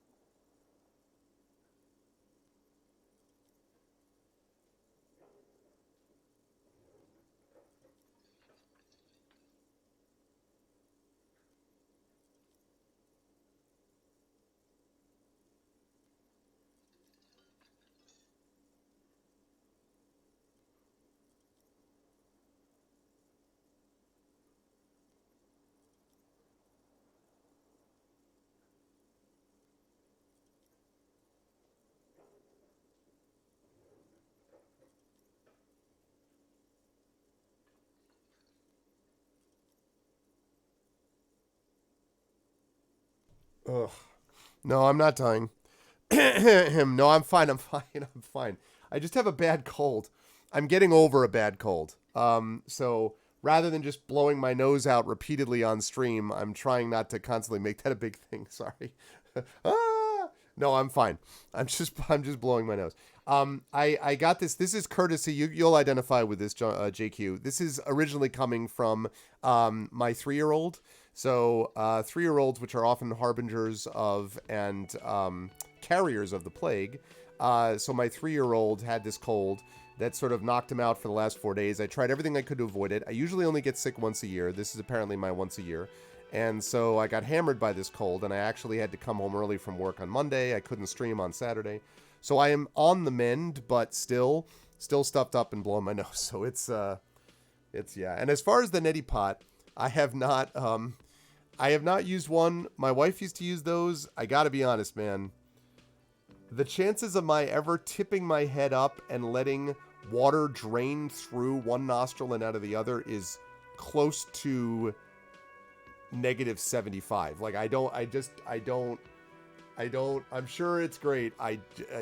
No. Just no. Ugh. I mean, listen, I imagine that if someone were pounding me in the face repeatedly, just punching me dead in the face, that when they stopped, it would also feel great that they stopped punching me in the face. But, oh, man. Woo. Oh, man. I just can't. On a scale of 1 to raisins, how likely to try a neti pot? Raisins. I would say probably raisins. Probably raisins. I mean, like, again, and this is not making any comment about anybody else. I don't even like using those saline sprays that that my wife is like, oh, you should use a saline spray. I'm like, ugh. Okay. Sorry about that. What interviews? I haven't. Okay. We'll have time for that after we take a look at the coroner's case. Use Sprite. Yeah, exactly. That'll make it. Oh, man. Have you removed the dead body from the tree? I don't deny it, Dragon. I am also glad of these things. I'm also glad, JQ. I'm very glad. Everything good with you, JQ, on your end? I actually was lurking a little bit in your there was an EverQuest stream you did a few days ago that I was lurking in that I was having fun watching. I used to love EverQuest back in the day. I was in the forest. I played in the forest elf city, you know, that big tree city. Crushbone and Trade and all that, and I used to like type in, like, I would basically like do this big advertising thing for people to come so I could buff them, and it was pretty funny for a while. I loved EverQuest. Good, just super busy. You folks should, by the way, take a look at It Lurks Beyond. Lurks Beyond. You should not look at that. You should look at It Lurks Below, which is David Brevik's newest game, which has been featured quite a bit on JQ's channel, and which now, actually, officially, we can say JQ has done a little bit of work on, right? Officially. Calethin, oh god, I fell off and died that thing so many times. Ugh. God, and then running back to the body was terrible. It's true, it's true. It was a cool community, absolutely. I did not know that, Coven. Sprite and pancake batter. But yeah, so you should check it out. And if you have a link, you can post it if you like, Jungle Queen. It's coming to Xbox Live. Nice, nice, nice. That's awesome. The question is, when is it coming to GOG? JQ, that's the question. Because right now, I don't think it's on GOG, right? It's only on Steam. You got to bring it to GOG. If you bring it to GOG, I can get the GOG people to stream it. I stream for GOG. You could, you know, it's got to get to GOG. I mean, honestly, I understand that the base is smaller, but it's a very loyal base. A lot of the people that you'll see on here actually are GOG regulars. I'm going to be streaming on there today at 4 p.m. So yeah, like, you know. So there are a lot of people. Now again, Steam is obviously has a much larger install base, but the GOG base I think is more directly loyal. Like, I have Steam, I won't lie. Like, I've used Steam for games that I can't get on GOG, but if I can choose one way or the other, I prefer GOG myself. But in the meantime, you folks who are not that way should definitely check out Alerts Below on Steam also. Yeah, my pleasure. Absolutely my pleasure. Let's see. Have you removed the dead body from the tree? Dead body? Mm-hmm. I don't like dead bodies. No. So the body is still in the tree. This is the first time you detect a weariness in the lieutenant's voice. It is obvious he would have preferred for the body to no longer be in the tree. Yeah, there you go. No, it's just, especially, as I'm sure you know, it's really good for the independent developer too. I mean, like, they're long-term, it's a curated platform, which means it's not vanity publishing, the equivalent of it in literature, right? So if you can get credibility from them, then you get the benefit of their loyal platform of people, along with the fact that they're not going to be like, Welcome to the, because I saw you and David talking one night about how ridiculous the Steam, like how Steam is just like, sure, anyone who wants to put in a game, put in a game. Sure, you have a game, have a game. Your game is called clicking and unclicking a pen. Okay, sounds good. Let's make that a game. You know what I mean? Whereas GOG doesn't do that, and so it's a smaller pond from which the fish are better. You know what I mean? Usually. So, yeah. Yeah, I agree, but I agree. And of course, you know your business. I would not claim to be a developer, but having talked to many, many, many, many developers, the long-term effect of not having DRM ends up, in my mind, outweighing having it. It even if it's not, now the problem is I understand that for an individual developer with an individual game, that doesn't help, because the argument is like, well, yeah, but in the meantime, I'm getting it pirated 40% of the time or whatever the number is. But in the long term, I can just tell you, I mean, again, it's anecdotal, but it is based upon literally hundreds of conversations with developers from AAA all the way down to the tiniest one-person team indie. And all of them have expressed how those who have gone DRM free, have made their games available on DRM free platforms, have garnered an incredible amount of goodwill. Now, I have to say, to the people who are DRM free people, it is then on them, and we always do this on GOG, it is on them to call out piracy whenever and wherever you see it. So the people who are like, oh, well, I just no, that has to be called out all the time. If you're going to advocate for DRM-free products, then you've got to, on the same point, be willing to pay to support developers when they make it available on those platforms. You cannot have it both ways. And it sometimes does bother me that people who talk about DRM-free are then the same people that go out and pirate. That's with apologies for the language, it's bullshit. It's bullshit. You've got to support independent developers. And you've also got to support, by the way, this applies for authors as well, right? I mean, I've had my books pirated, and it's obnoxious as hell. I'm sure I've had songs of mine from my band pirated as well. Creatives should be paid for their work, full stop, unless they make it available to you for free as something they are doing. If they are releasing something for sale, pay them for it. It's just straight up pay them for it. That's what it's at. So, that's it.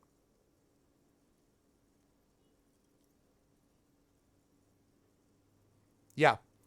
So, but one of those things too is like, and that's the question really, Mirinda, I think is long-term. In fact, I think it would be interesting if GOG ever got to this level to be able to pay developers, how do I put it? Pay them even like a certain almost like usage fee to encourage them to come to DRM free first. And this basically would not be something that would directly benefit the platform immediately, but it would benefit in the long term, because I think the problem here, JQ can speak to this, I think the problem is that independent developers sometimes don't have the luxury of long-term thinking. It's all very well to say long-term they build up a lot of goodwill, and that obviously happened with CDPR. Like, one of the reasons that GOG.com has a lot of goodwill is because it's been DRM-free since it's existed, 10 years plus, right? But the problem is that they could afford, because they were backed by CDPR, which released The Witcher, they could afford to think long-term. But for developers who literally are living sometimes paycheck to paycheck, literally, they sometimes can't afford to think long-term, and losing like 40% of sales in the 3-month short term is the difference between having to close up shop and go out of business and being able to stay afloat for another few months. So it's our obligation as consumers to create the buffer for the people that are making that decision. If they're going to make a viable long-term decision, we've got to make it easier for them in the short term. And that's why we've got to go out and do this. So, totally agree.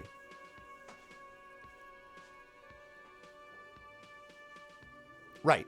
So it's just a matter of balance. It really is a matter of balance, I think, and trying to make it easier for people. And what I would say for those who put it on both platforms, as soon as they're able to, putting it onto a DRM-free platform is great if you can, or making future games available on DRM-free platforms.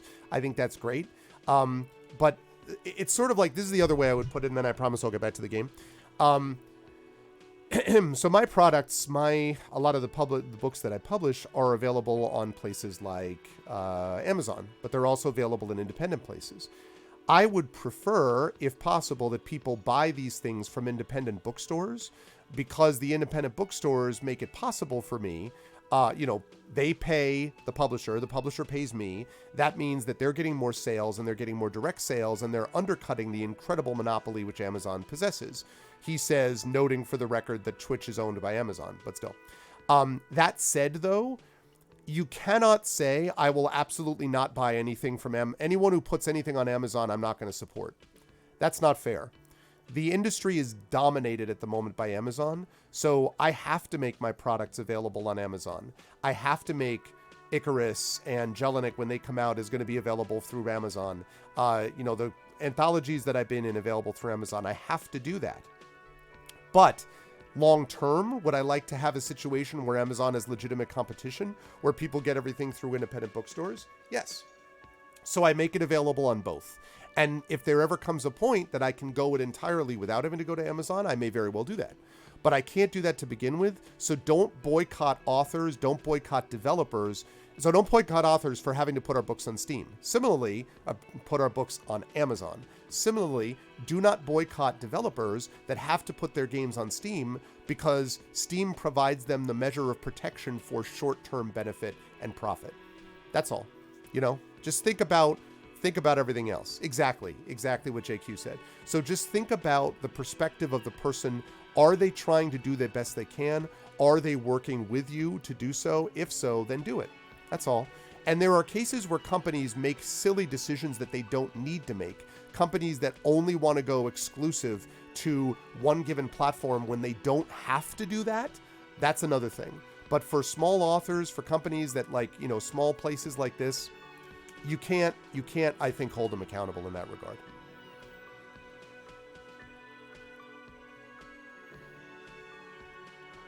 Yeah. Haha, nice, Nurgabird.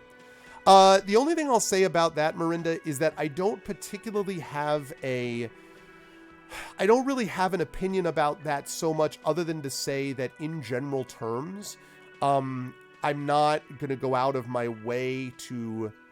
Like, if it were a choice between playing two games that were equally interesting to me, and one of them was only available on Epic and one of them was available on Steam and GOG, then I would go for the game that was available on Steam and GOG. But to be perfectly honest, if there's a game I really want to play, I'm going to play it regardless of the platform it's on. For instance, I mentioned to everybody before that I'm going to be playing Star Wars Fallen Order, the Jedi Fallen Order game, after I finish with Neverwinter Nights, Tyrants of the Moonsea. Why? Because I like Star Wars a lot, and because that game looks awesome, and I've seen it played, and I really want to play it. So I'm not going to not play it because it's made by EA, and so I'm going to be like, nope, automatic boycott, or because it's available on Steam, and Steam is the devil. I'm not going to do that.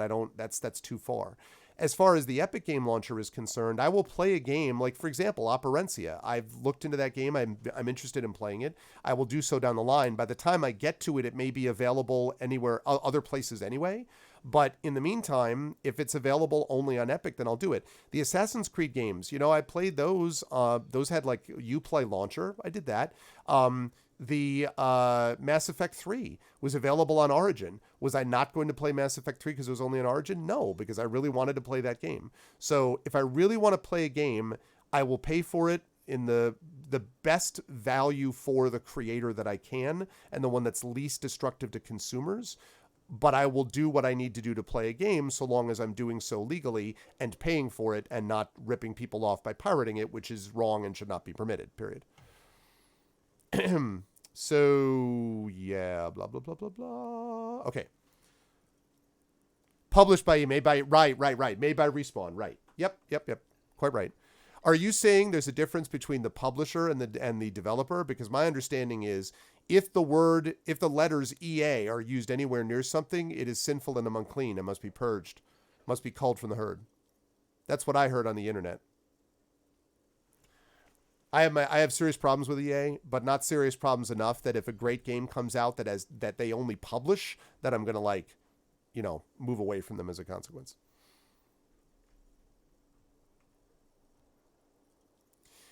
Yeah, I mean, Amazon, exactly. Like, this is the thing. Like, if there's a game on all launchers, you always go for GOG. I totally agree with that. But if a game's not available on all launchers and the reason is because they need to make decisions that are financially viable for them, then I'm going to get that game or buy that book, whatever is necessary, as long as I'm buying it and supporting the creator, because I know that the creator has done what they can. So if you have to buy it on Amazon, you have to buy it on Amazon. If you have to buy a game on Steam, you buy it on Steam. You know, I played Deus Ex, right? The Deus Ex Human Revolution. That game is not available on GOG. I played it on Steam. It's been out for a long time. It wasn't like I had to wait 3 weeks and then it would have been available on GOG. You know, that's the deal. My hope is that eventually JQ and David, that David will decide that it's time to, you know, that he can put something on GOG. I really hope for that day, and I will happily promote the hell out of the game when it happens, because I happen to know these people personally. They're really good people, and obviously I don't think I need to tell anyone about how good a developer David Brevik is. But that said, so I'm going to do that, right? But in the meantime, I am not going to condemn them because, and I know you're not doing this, but just to say it clearly, I'm not going to condemn them because they needed to start with Steam because they had a short-term financial decisions that had to be made. I completely respect that. Everyone has to do this, because otherwise they go out of business, they can't make games anymore, and then everyone loses. And in the long term, what we do is we support the creator and create as much support as we can for rival platforms like GOG, so that GOG can grow and put pressure on Steam. This is how these things work. If other corporations get bigger and the side of the angels becomes bigger and puts more pressure on them, then everyone benefits. And so that's how that all works.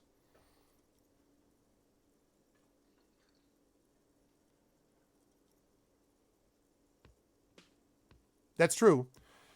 That's true. Although I will say about Epic, though, JQ, that the one thing I'll say about that is that feels very much to me like a loss leader. Don't you think? That feels very much to me like we're doing this because we're going to make money down the line. Like we'll get everybody on board and then you bring them onto our platform and then we start changing the rates.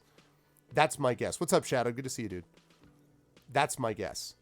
You know, I mean, again, we don't know, but that's my guess. And also, of course, they don't have the install base yet. But again, like that's another example. If I wanted to play, now I've just been so busy, I haven't been able to, but if I wanted to play It Lurks Below, like tomorrow on my stream, JQ was already kind enough to say that she would have happily sent me a review code, which was nice of her. I just didn't have time. But even if I didn't, you know, if I did have time and I was going to buy the game, and it was only available on Epic, I would buy it on Epic. Because again, I know the company, I know the people involved, I know that this is the decision they had to make for the short term, and I respect that. And I will, in other areas, try to make that platform, try to make the other platform that I prefer, whatever that happens to be, more viable over the course of time. That's right. That's exactly right, Takanje. Yep. Okay, sorry about that, folks. Extended, but it's an important, it's an important digression. We're done talking to the owner. Okay. How can you be so sure I'm from the police? I was sent here to meet a detective from Precinct 41. You have the insignia of the Citizens Militia on your sleeve and on your back. I suppose you could be impersonating him. You could have gotten the insignia from the black market or forged it. But for now, I am going to set those possibilities aside. I'm not from the Inspectorate General. Inspectorate General? I better go full communist in the game. Oh, yeah. Oh, for sure. Of course not. Of course not. No, I know. I mean, they just make money hand over fist. Exactly. It's a distribution platform. And I mean, you know, who knows how much work they do? 10% of it? But, oh my goodness. All the raids today. One Wenchkin coming in with a raid. What is up, Wenchkin? Thank you, my dude. What is going on, Wenchkin? Welcome in. Good to see you, everybody. It is a great pleasure to have everyone here. What's up, man? Can we get a shout out? Well, I guess we already did get a shout out for Wenchkin because of the power of Arcana Spot. Thank you so much, man. I appreciate it. What were you playing, Wenchkin? What were you just playing before? And welcome in, Raiders. We are playing Disco Elysium at the present, and you just missed a very interesting discussion about DRM. I agree with you, though, to finish up that part, JQ. I agree with you that Steam doesn't do these things. You know, Steam doesn't deserve the money that it gets. I think that's pretty clear. But I guess the question becomes, does Steam I think there's room for these platforms to exist. I think they can exist and should exist. I like the idea of curation. The question is, at a certain point, does something become so overwhelmingly dominant? Does it become not a very valuable curation anymore and thus not worth the money? And I think that clearly Steam is in that sort of level of, they have problems, Steam does, and we'll see if they ever refocus at some point. The only thing I'll say for people who say that anything is unstoppable and immortal, I would point out to everybody that there was a time when IBM was the most dominant technical brand in the world. There was a time when MySpace was the most dominant social networking site in the world. That is not the case anymore. I would remind everyone that Friendster at a time was a dominant sharing social networking site. And now Friendster essentially no longer exists. And MySpace is basically for bands. And IBM is completely, highly reduced. So there is never any dominant, nothing stays forever, I guess is my point. And the only way to continually maintain your growth is to continually stay relevant and to reinvent yourself. And that their time will come too. Oh, for sure, JQ, yeah. Napster, sure. That was a legal thing too as well, but yep, exactly, Takanji. But that's exactly JQ. And Takanji, I'll tell you what, man, I predict Facebook will not stay dominant either. In fact, I bet 20 years from now, my prediction is Facebook is not going to exist as such. Facebook may still exist as a name, but it will have morphed substantially. I think that's pretty clear. The demographics are going to kill them. Facebook demographics are not where you want to be from advertisers. I have already basically reduced my Facebook usage to about once to twice a month. And I mostly log in when I get a Facebook message from somebody. That's basically it. Because I think Facebook is actively problematic. I do a lot on Twitter, but Twitter has already proven with, for example, the political advertising ban that Twitter is trying to do things in a different way, and it's not as destructive as Facebook is. So, oh, thank you, Winchkin. That is very kind of you, sir. Yep. Twitter's problematic too, but it's less problematic because there are enough different voices and because the nature of the platform is such that there are not these extended screeds that go on. So it is problematic. It is still possible to be weaponized. But I find that Twitter bots and so forth get caught out a lot more. And oh my God, is Facebook an echo chamber? Like, I even have friends on the left who are sort of like, what, Facebook's wonderful. And I'm like, I'm sorry. And they just have this complete left-wing echo chamber, which I'm like, this is comforting and warm, but it's completely not the way that most of the world is looking at things. And obviously the right-wing echo chambers are incredibly dangerous as well. So in fact, the left-wing chambers are only dangerous in that they make people think that that's the way the world thinks, which would be nice, but it often isn't. And the right-wing chambers are dangerous because the right-wing chambers are actually dangerous because they can promote white supremacy. So yeah, huge problem. Exactly, Chikachi, yeah. Exactly. Okay, internal affairs, and I'm not them. I'm from criminal investigation. You said insignia. These white rectangles, you mean? Yes. But they're just white rectangles. They're not just white rectangles. They bear a halogen watermark with the letters RCM and a pattern resembling the street grid of Revachol West. I would ask you to step into the headlights of my motor carriage, but again, it's none of my concern. I just need you to do your job. Shouldn't I have a badge or something? You mean you don't have a badge? It was not on me when I woke up. Losing your identification card is a serious matter. My vehicle has a shortwave. You can use it to report your badge missing. I would advise you to locate it as quickly as possible, but getting the body down should still take precedence.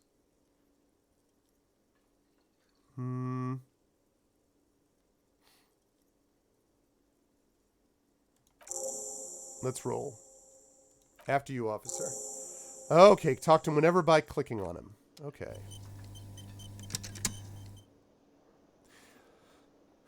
Yep, exactly, which is why I wanted to be careful, JQ, because I have said the word dangerous for left wing, and I realized I in no way ever want to make a false equivalency. The problem with the left sometimes is that the left gets too obsessed with purity, but that's not because they are actively suggesting that people be killed on a regular basis, which is what happens on right-wing echo chambers all the time. So there is no equivalent of the far right sort of level of terrorism that we're talking about, there is no equivalent of that on the left. There are problems that the left possesses for sure. No one is perfect, but it's not on that basis. And the dangerousness of false equivalence is real. So, yeah. Okay, what did I just get?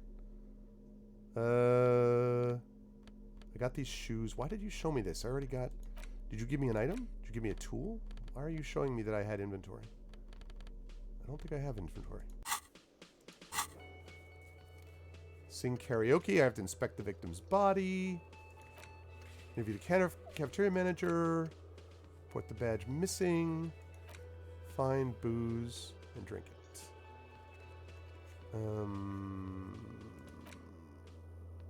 Okay. So far, I found my shoe. It's been a good day, folks. I can find my shoe. Yeah, Def Mole, but the anti-vaxxers are just as much right as they are left. With them, it's government conspiracy. With the left, it's big pharma. But but the government, there's just as much on the right of that. All right. I'm hoping this is my car. I mean, his car.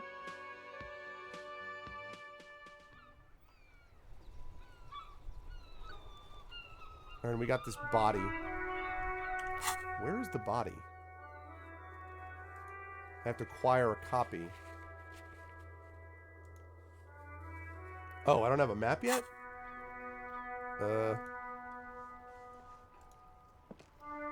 Yes? Tell me about the case. What do you want to know?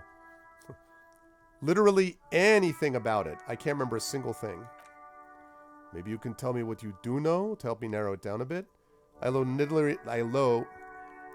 know literally nothing about it. Only what you told me before. Do you want me to brief you?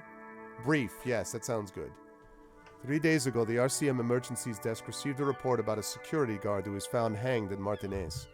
An anonymous caller said there was a dead body behind the Whirling in Rags hostel cafeteria. The cadaver had been there for 4 days. No one had come to investigate. During that time, the victim had been stripped of his belongings. The caller did not identify him, but used the word lynching. There is an ongoing labor dispute between the local dock workers and the logistics company Wild Pines. I was told we should approach the death as part of this dispute. Did the briefing say who the victim was? A security guard or worker of some sort hired by Wild Pines. This was just hearsay from Martinez, of course. We need to find out the truth. Yeah, it seems like I could use... I got a notebook, but I need a map here. Who was the caller? To find him or her is one of our tasks here. For now, all we know is that the tone was muffled using a device of some sort. The desk could identify neither the caller's age nor sex. Why hide themselves? There's a strong prejudice against involving the RCM in what's seen as union matters. The dock workers' union is the de facto police in Martinez. Now it appears they've started executing too. We cannot allow that. Hold on, and the RCM is? That's us, the Revachol Citizens Militia. We're the police in this city.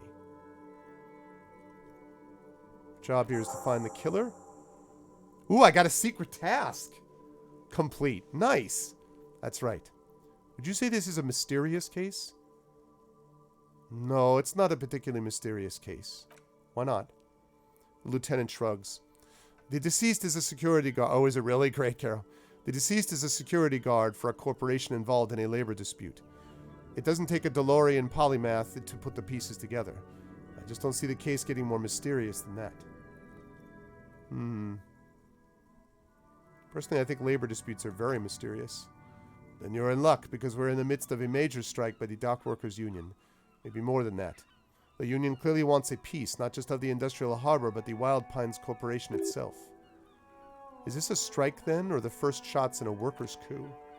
I expect the case itself to be less challenging than navigating these community matters. This district isn't used to the RCM's present, and the union rarely overplays its hand, as it appears to have done in this case. Wait, so is this a strike or an attempted coup? Strike, coup, revolution, it's brigandage, however you parse it. You feel something rising through you, a familiar feeling, an opinion taking form.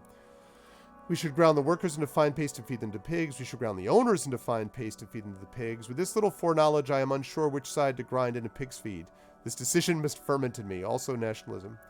I don't think grounding one or the other side into pig's feed will do anyone favors. I am really, really smart.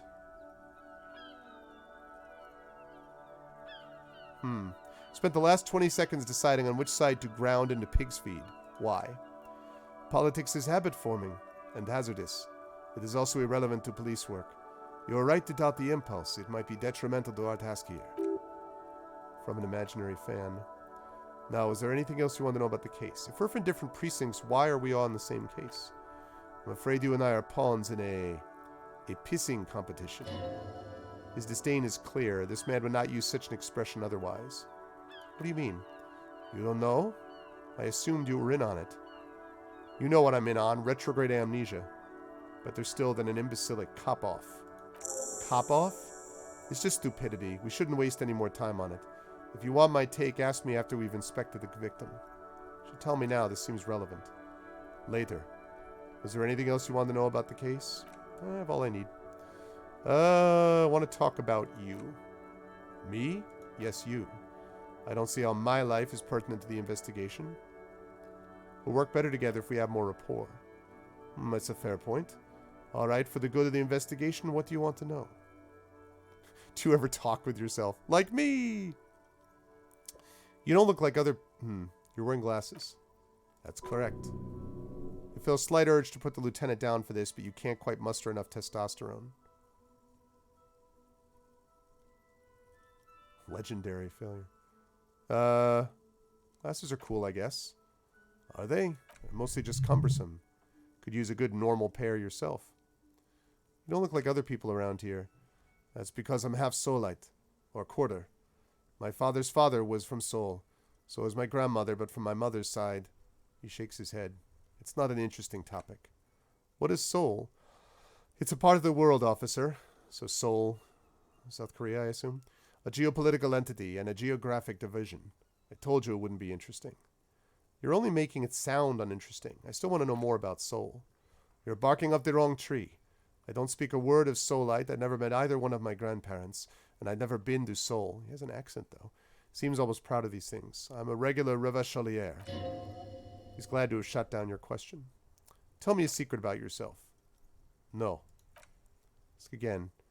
Your brain sends the signal to your lips, but they refuse the order. Something is paralyzing them. You're pretty sure it has something to do with the lieutenant's eyebrow. The eyebrow is exercising psionic control over you. What's happening to me? Something the matter, detective? This guy's got authority off the charts. With just a flick of his eyebrow, he's able to make you his thrall. So what can I do about it? Nothing. You better hope he doesn't abuse his authority. There's a lot of it. I'll silently scream for help. If the lieutenant were an evil man, who knows what sort of havoc he could wreak? Fortunately, he's a committed officer of the RCM. He'll only use his powers for the good of the investigation. I love that this is going back and forth with yourself. Gain control of yourself. Do you ever talk with yourself? What do you mean? You know, when you're thinking. Do you ever have conversations with, like, your brain? I have no idea what you're talking about. Lieutenant's conceptualization skills must be rather rudimentary. The lieutenant is police officer of the old school. His concerns are material and extrinsic. But this isn't an old school case. I get it. You're one of those old school detectives. So how do you, what, think? Well, I do most of my work inside my notebook. Lieutenant produces a small blue notebook and idly thumbs through a few pages. That's where his conversations with himself take place. We all have our different mediums. His is written. All for now. Okay, let's see. I think you should know that I can't remember anything. I feel like I must repeat this. I don't remember anything. There was heavy drinking involved. Have you tried concentrating on something other than your personal affairs? There is a sudden, harsh edge to his voice, like he's tired of hearing about your personal affairs. What's wrong with personal affairs? I'm not the fan. It's just the nature of lieutenancy. The RCM deploys a self-styled structure called the décomptage as its chain of command. Every lieutenant is responsible for 2 sergeants and 8 officers. That means the average lieutenant has to deal with quite a few personal affairs. Even you know this. So what should I concentrate on? Try work. The case at hand. It can work miracles. But I'm completely lacking in basic information about even this organization we're in. Can you help me? Fine. We should get through this day first. Excuse me. Off hours begin at 2100. If you're still having trouble, then I can give you an orientation. Afraid this is a medical situation. Move on. Really? You look fine to me. Talking serious, unbelievable damage here. I saw myself in the mirror and had no idea who I was. This psychodrama is unbecoming of an officer.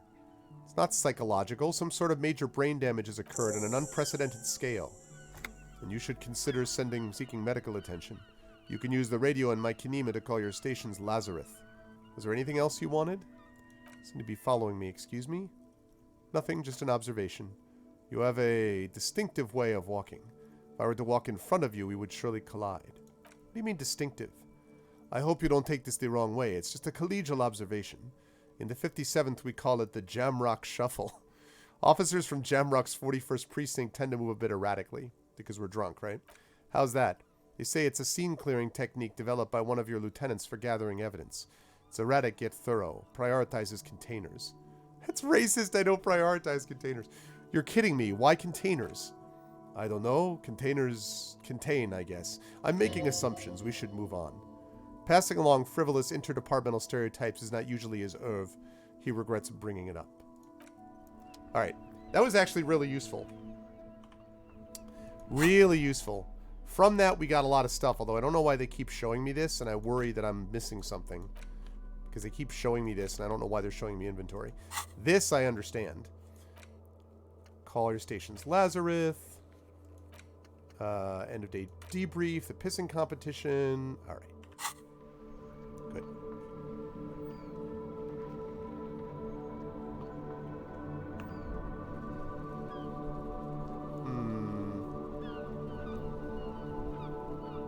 Alright, let's check this out first. Heap of snow melts in this wheelbarrow. Oh wow, that's the car? Street sign reads "fuck the police." Okay. Look at that. That's cool. Alright, let's take care of these things around here first. Pigs go home. The street name is legible.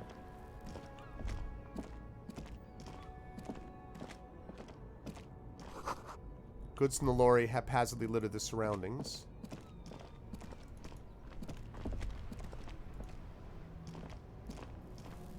I am a gander and a hunter and a gatherer. Feel like a traveler. I want to turn that up a little bit. The sound on this is a little low.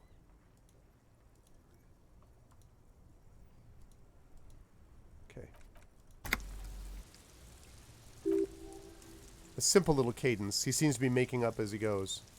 From another planet. Hey there. I am the law. What's going on here? It's the jam, my man. What's the jam? It's a traffic jam for the ages. Harbor gates of the street are shut tight. No explanation given. Workers on strike, scabs agitating, and all around clusterfuck. Meanwhile, we're all stuck here in long-haul limbo for days upon days upon days. Upon days. So how long have you been here? Feels near forever. Like I was born on this here roundabout and this was all I ever knew. Just me and the metal and the tires, the oil and the fumes of mazout. Extravagantly phrased, but I can roll with it. Yeah, imagine. It's been a whole week already. Behind the laugh, however, a touch of sorrow. So tell me, what do you need? Tell me more about this strike. It's like whatever's going on over at the docks. Workers got a blockade set up, making demands. No way in or out. What's the union demanding? Some pretty wild stuff I hear. Like a giant new power crane in half the company? I forget what exactly. Good on them, I guess. I've heard talk there's a company rep in town, too. Like a strike negotiator type. They know what's up. Precise demands and so on. Ah, yes. From the Wild Pines. We'll meet her soon enough, I'm sure. I like that the game does this too, that you have a parenthesis that says the word conclude, so you know, like, that wraps up that section. Because a lot of these games are notorious for having options that you choose, and then they're, like, completely different from what you were planning on saying. I mean, like, not even in the same emotional ballpark. And that's very frustrating. What do you think the company wants? They want to keep that money flowing in, my man. Ka-ching. Anything else I should know? Anything else? Yeah, this ain't really my area of expertise. I just do my Mass Effect sometimes, and Dragon Age, and do my job and get paid. I have things to do and places to be. All of us do. All of who? Us lorry drivers, camionneurs. If you still hang around here waiting for this mess to end, most have scurried off somewhere to get drunk or high or laid. He smiles awkwardly. Not that I blame him, really. Not you? Not my thing. Chasing transient pleasures is a drag these days. I prefer the examine life now. Thinking, reflecting, observing. He glances down the road toward the horizon, a glint of something in his eyes. What are you hauling anyway? Oh, high-grade narcotics, illegal firearms, stuff like that. Time to arrest him. Okay, and what are you actually hauling? I like the idea that as you said, I think it was Def Mole, I can't remember who it was that said this, that the actual skill check, it's from the skill check's perspective. So authority is like, you got to arrest him, but that doesn't necessarily mean that's what you should, in quotes, do. Can't even get a few jokes past you, my man. He grins. I got another haul of fallen cargo, mostly sporting goods, tracksuits and that kind of thing. Yeah, Def Mole, I like that. They usually get shipped to Grad on the Occident, but we've been making headway in the Ilmarin market lately. Let's see, so nothing illegal then? Not unless they're illegalized sports equipment while I was on the road. That's your machine behind you? This rockin' beauty? Sure is. Sure like a rash you can't get rid of. You interested in heavy-duty cargo machinery? Yeah, those lorries are pretty neat. Neat for carrying large quantities of cargo long distance. These fallen tracksuits need to find their ways to the kids way out in Amaro and Lirambur somehow. There it is again, a little touch of sadness beneath his cool. He thinks he spent too long in this lorry. Could I get one of those fallen tracksuits you're hauling? We're pals and all, but I can't just freely hand out the merchandise. The bosses won't be happy. Right, another question. Alright, empathy, formidable. Yeah, because I'm about it. In his eyes, a half-familiar longing, flecks of brown and gold. Familiar how? It's hard to say. His gaze wanders southwest, down the street that goes beyond the horizon. What's in the southwest? Excuse me? Hell, I get longing. I felt something similar since I woke up. Man, I don't know what to say. There's not much anyone could do. There's no help in an absence, you know? I miss my family. They're all I have, my wife, the second kid on the way, waiting all the way in Diora. And here I am, stuck in this shit so far from home. Diora? Diora, the Seven Seas. It's on the other end of Lakayu, pretty much, on another island called Laurentide off mainland. We've got a little place there. I can almost hear my kid laughs when it snows. What's it like to miss someone? What's it like? Good. And bad. An ache that brings you joy. I think of them a lot. I dream up these silly scenarios in great detail. Of living with them comforts me. Tommy the man. Well, I'm of course his man. There's a pause and a sigh, then he turns his eyes to you. What about you, cop man? You missing someone? Is that what it is, this feeling? No, it's scarier than that. You're pursued by a hunter, smelling of apricots and sorrow, and the past.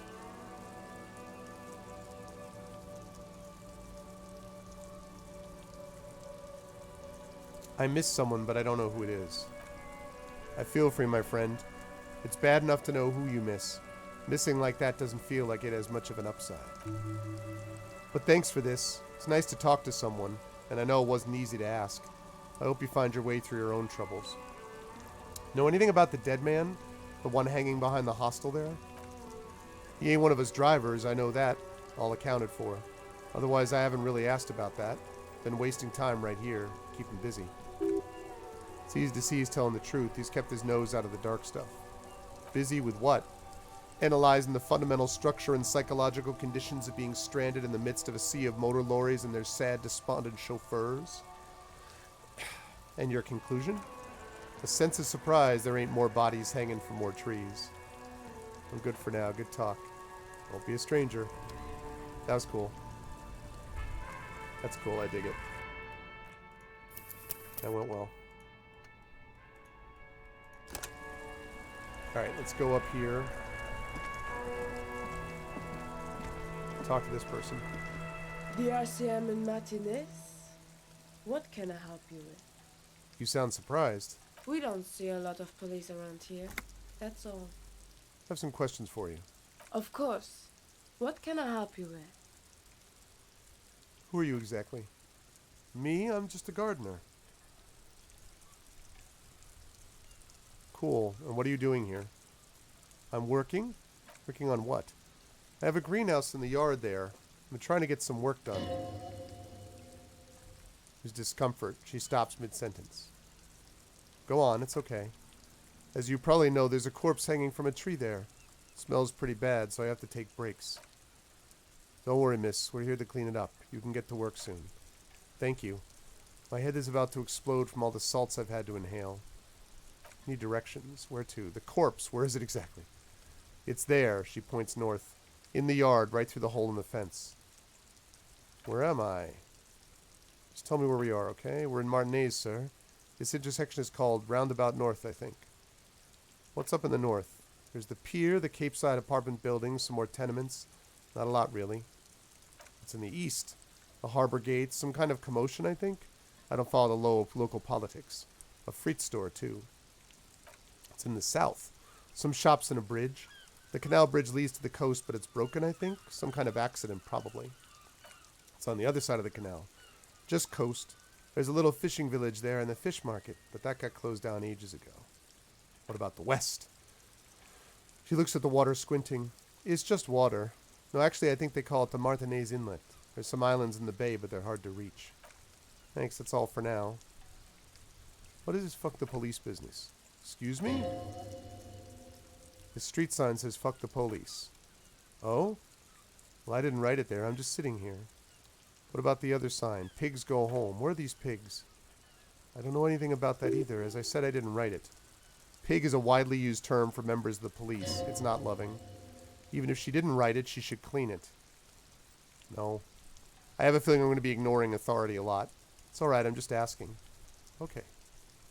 Have to run. Of course, I won't hold you back. The gloves. Can I borrow your gloves? Sure, keep them. I have another pair. Thank you. Thank you, thank you. I got me some gloves.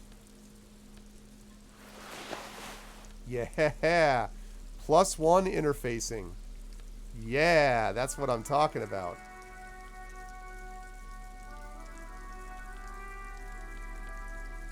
Some of the graphics of this remind me a little bit of Dishonored, which is a good thing, because I love that game. I'm going to save it. And then not a lot longer before I have to start getting ready for D&D.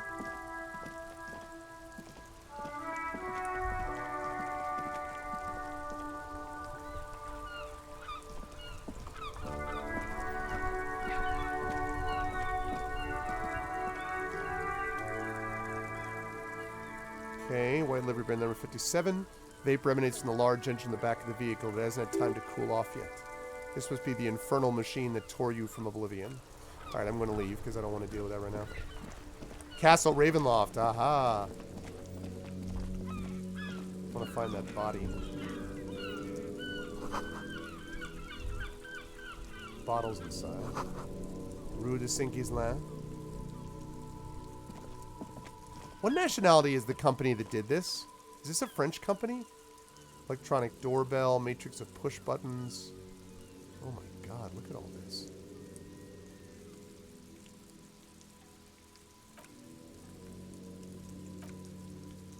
This button looks new. It's probably not connected yet. Right, we'll worry about that later. Somewhere in the Baltic. Oh wait, it just came from here.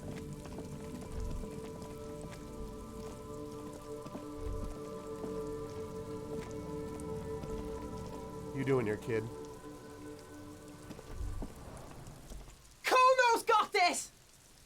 The boy throwing rocks at the dead body can't be older than 12. If there ever was such a thing as an ugly kid, then this is it. He's almost exquisite in his ugliness, like a gremlin. Oh yeah, never comfy, Kuno.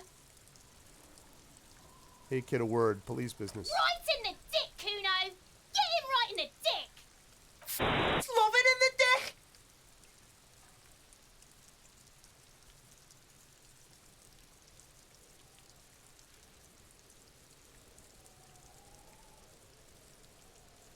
I don't... The boy is sweating profusely. His eyes are like two black holes, and his jaw is twitching as if trying to break free from the empire of his body. What does that mean? Kid is obviously high. Stop using slurs in my crime scene. That's not how we do it. Pig! She's coming up strong! Throwing rocks! I don't even... Burner! Oh my god. What's up, Burner? I think that's clear. Shit coming up strong. That sounds good. Joyous. You should hang out with this kid and see what that juicy shit is all about. Yeah, Kuno. Ride the lightning, Kuno. This punk. Kuno's riding it, see? The rake, Kuno. You should throw the rake at him, Kuno. The fuck does Kuno know what a rake is? Kuno's not a gardener. Kid, you want to hang out? I'm not a narc. The fuck are you talking about? He's calling us Kuno. He says we're fucking each other.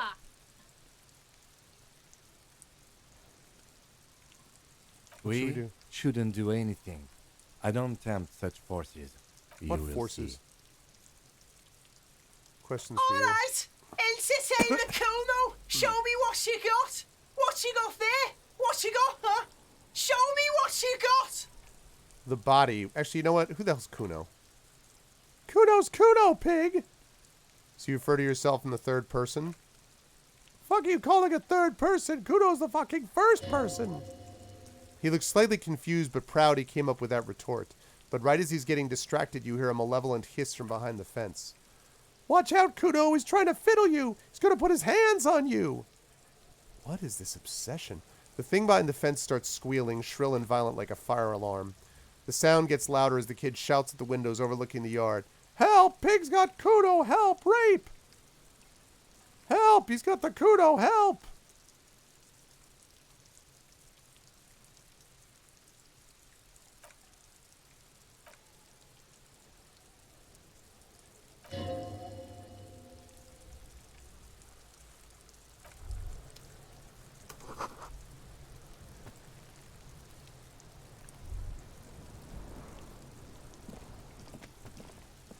Man. There are several footprints in the mud left by work boots. Anywhere from 6 to 12 pairs have walked here. Let's get an exact count. What? Why did that damage my morale? What do you think you are, a super detective? You're hungover. These are just dents in the mud. No pattern emerges for the time being. Oh, so that actually hurt to lose. I don't know that I'm not sure that... Did it say that I would lose a morale if I failed that? What kind of boots? Heavy workers' boots with reinforced toes and hobnails all over the yard. Isn't this something an industrial worker would wear? Lieutenant, workers' boot tracks. Noted.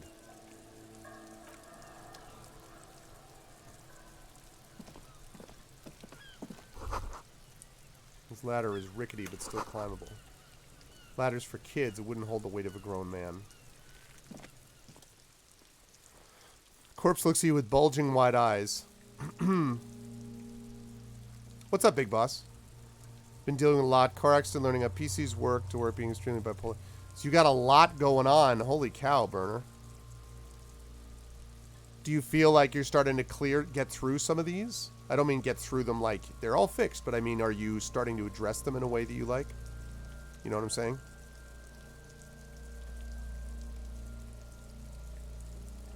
Alright, see you, Carol. Corpse looks at you with bulging white eyes. The face around them does not look human. It's swollen and ready to burst. His lips are fish-like and his tongue like a ball gag in his mouth. Okay. You seem to be holding your breath. Look down. A cargo belt twists his neck at an unnatural angle. The body below appears stiff, letting out an ungodly rot. The smell seeps in even through your clenched nostrils. God, what is that? Why is it so bad? Back to decay. It's okay to throw up, officer. No one is judging. He's about to blow. The cop's gonna blow, Kuno.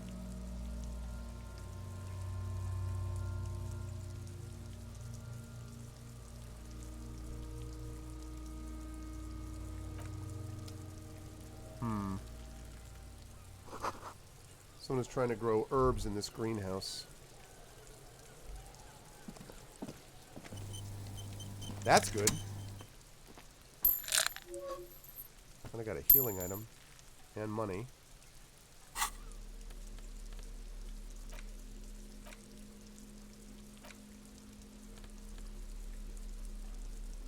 Alright, so...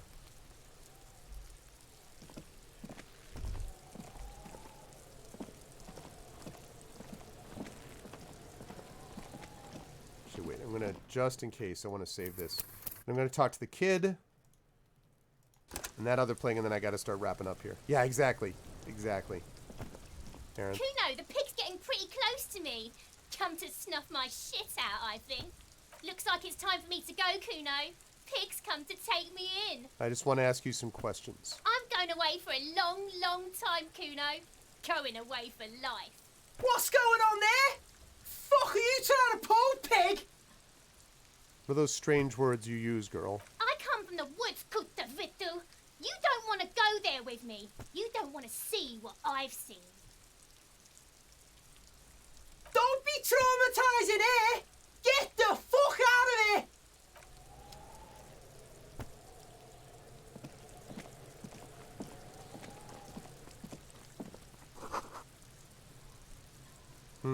Letter R was a crown, and the ribbon below, a light above descending.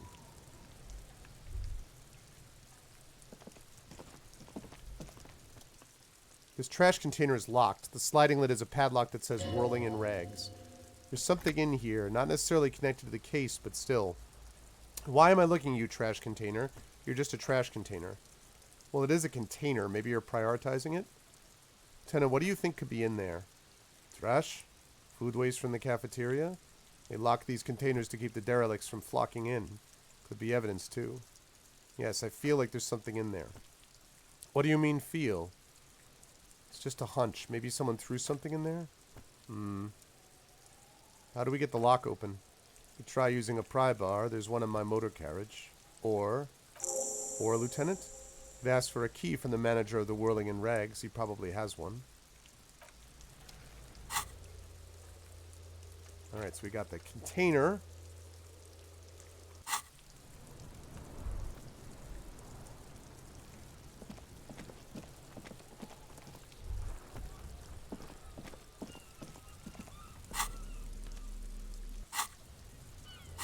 Just to make sure.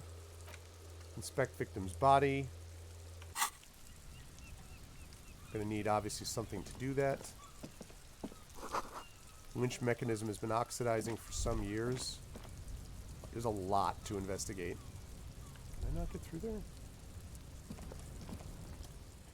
An inconspicuous pile of the roofing material, Aternite. Why am I looking at this pile of the roofing material? Because it's nice and orderly. Well-laid palette, easy on the eyes. Rhythmic pattern calms your mind. Mammal like this stuff. That's interesting. So I failed to recognize that there's something behind it, but also watching it benefited me and improved my morale. It's interesting. There's more to this. You get this strange feeling. What feeling? Hard to say. It's gone now. Feelings past, you see, especially the small ones. What is this? It's nothing. Someone just left some roofing material slanted against an old shack.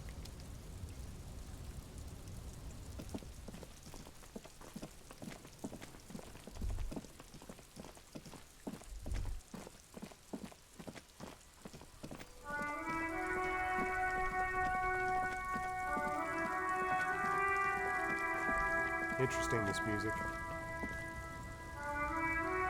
That's very cool. That's very cool. All right, well,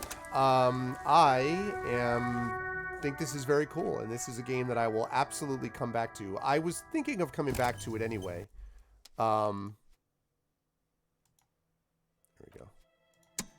This is a game that I was thinking about playing anyway. So I'm glad that actually this ended up winning the Patreon Field Chat Chosen Game of the Month, so I could give it a shot and determine that it was a game that I absolutely wanted to try. So I will definitely come back to this for sure. I don't know where this is on my list because I have other games that I want to try first. But I will, try them and all that and get to this game eventually because it was pretty cool. I thought it was interesting. I don't know how people felt about it, but you were meh about it. Were you meh about it, Aaron, just because it wasn't the Frostpunk you were hoping for? I am curious. How did people feel about the game? Did they find it interesting, engaging? weird. I mean, it's definitely weird. You love it, Nergabert? Okay. You like it?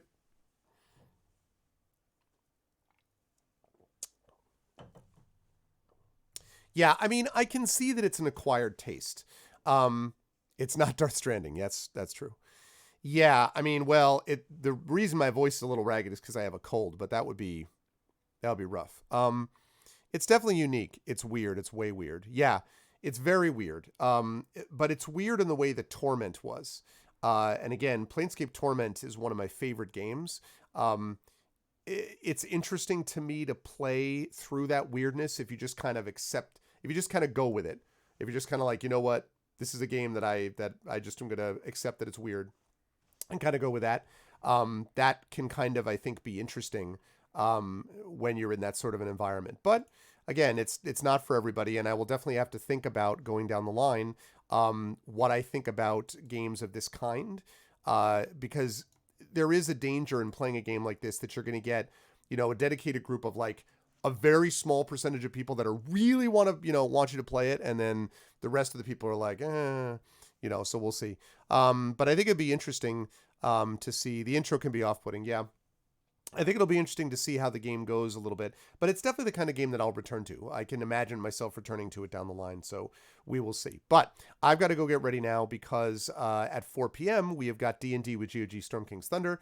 Got to go gargle some tea and honey and get my voice ready for that. And then after that, I've got a lot of grading I got to get done, continue to do. So that is what I've got to do for this afternoon.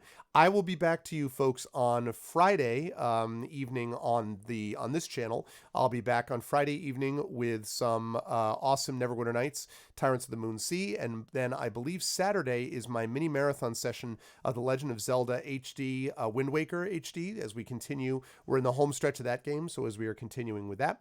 And then, as I say, Neverwinter Nights, Tyrants of the Moon Sea on Friday. So that's what we're looking like for on this channel. But on GOG, I'll be back at 4 p.m. Eastern.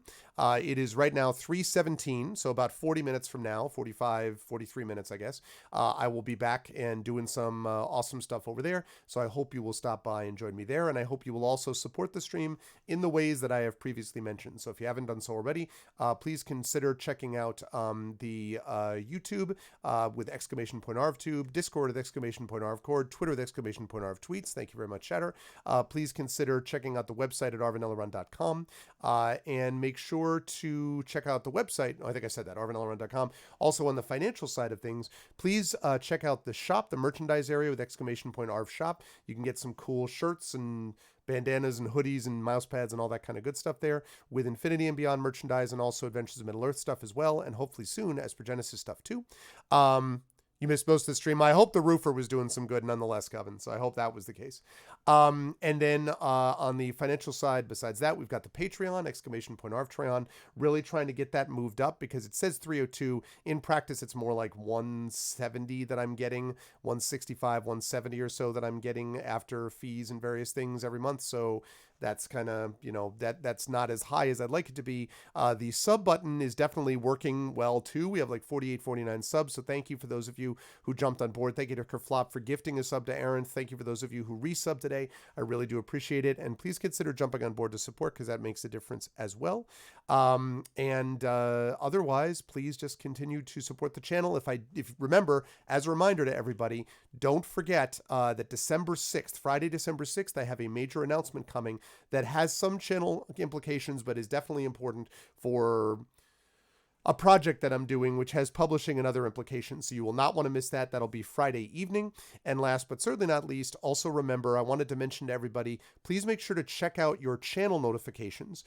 Make sure that they're turned on for this channel. All the streamers I know have been telling their viewers this so that you can know when I actually go live, because a lot of people are like, oh, wait, you went live? Because right now, only about 15 to 16% of my total follower base actually knows when I go live based upon Twitch notifications, because Twitch turns those off by default. I have no idea why they do that, but that's what Twitch does. So please jump on board by checking and making sure that your notifications are on, and please spread the word. Public service announcement, the more you know. Otherwise, though, I'm going to see you folks over at 4 p.m. on GOG for D&D with GOG. Thank you to my wonderful mods who made this an awesome stream today. Thank you to Coven Guy, J-Rab. Good to see you again, Jay. Thanks so much. Thanks also for the resub. Thank you to Backburner for stopping by again. Good to see you, man. Hope all continues to be well. Don't be a stranger. Thank you to Dragon Spear, Shadow Mage, and Shatter Mage. Thank you also to Shatter Mage for the raid today. Really appreciate that. Thank you as well to my subs, to Coven Guy, to J-Rab. Thank you to Echo Alpha X5, the Nonstop, to Arenth, and to Rhiannon. And again, thanks to Kerflop for gifting that sub to Arenth. Thank you to Wenchkin for the raid as well. I appreciate that very much. Thank you to Octkar. Thank you to another TT viewer, Aiton, Big Boss SNK, Brahms, Commander Root, Cujo, Defmole, Ekeg, Firesnake. What's up, Firesnake? Gigafrost, is Terma, Libertal Saber. Thank you to Lost the Ligarin, I believe it is. Thank you to Lurks. Thank you to Mubat, I guess. Thank you to Marinda, as always. Thank you to Nurgabert, to Poltergeist Zero, Questionable Results, Reg the Veg. Thank you to Second Obs, Sweatherby. Thank you to Thorazin. Thank you to the Jungle Queen. Always good to see you, JQ. I hope all continues to be well. Thank you to U1419. Thank you to you, Christensen, Vladro, Winsock, Wolf5, and Yamp44. And for anyone who is not subbed or followed the channel that I just read, welcome in, and I hope you will consider doing so, because it really does make a difference to do all those things. So thank you. Exactly. Just like the notifications, it's so easy, Twitch. Anyway, but that's going to do it for me. Thanks, everyone. Got to get going. I will see you folks over at GOG. No raid today because I'm going to be over at GOG.com in about 40 minutes, so stop by there for some awesome Storm King's Thunder. Until then, that's going to do it for me for now. I do need a credit crawl. Like a Star Wars credit call is totally what I need. But that'll be it for me. Thanks, everyone. Love you, and much love to all. I will see you folks soon. Until next time, everyone be good to each other. Bye for now.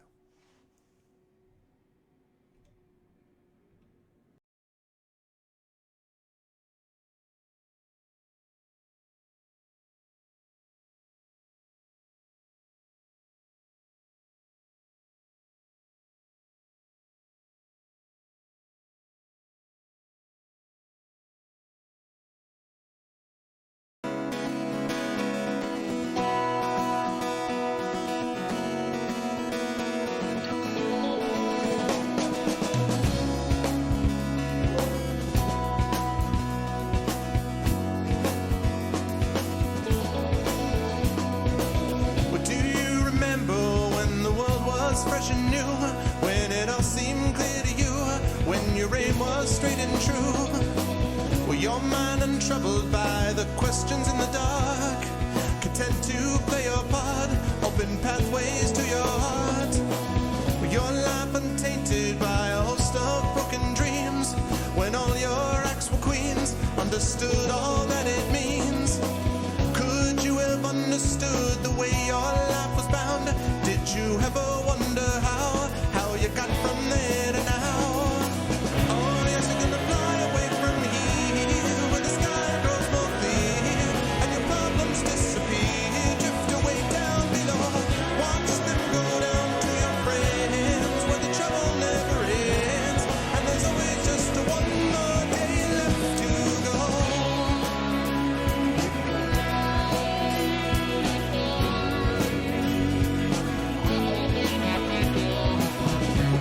Search now through your pile of broken lies and your set of fake goodbyes, another cynical disguise. When will they catch you? All those little things you said, will it turn around instead? Blame the voices in your head. With all your subtle language, try and turn your life around. If your center gets unwound, you do your best to slow things down.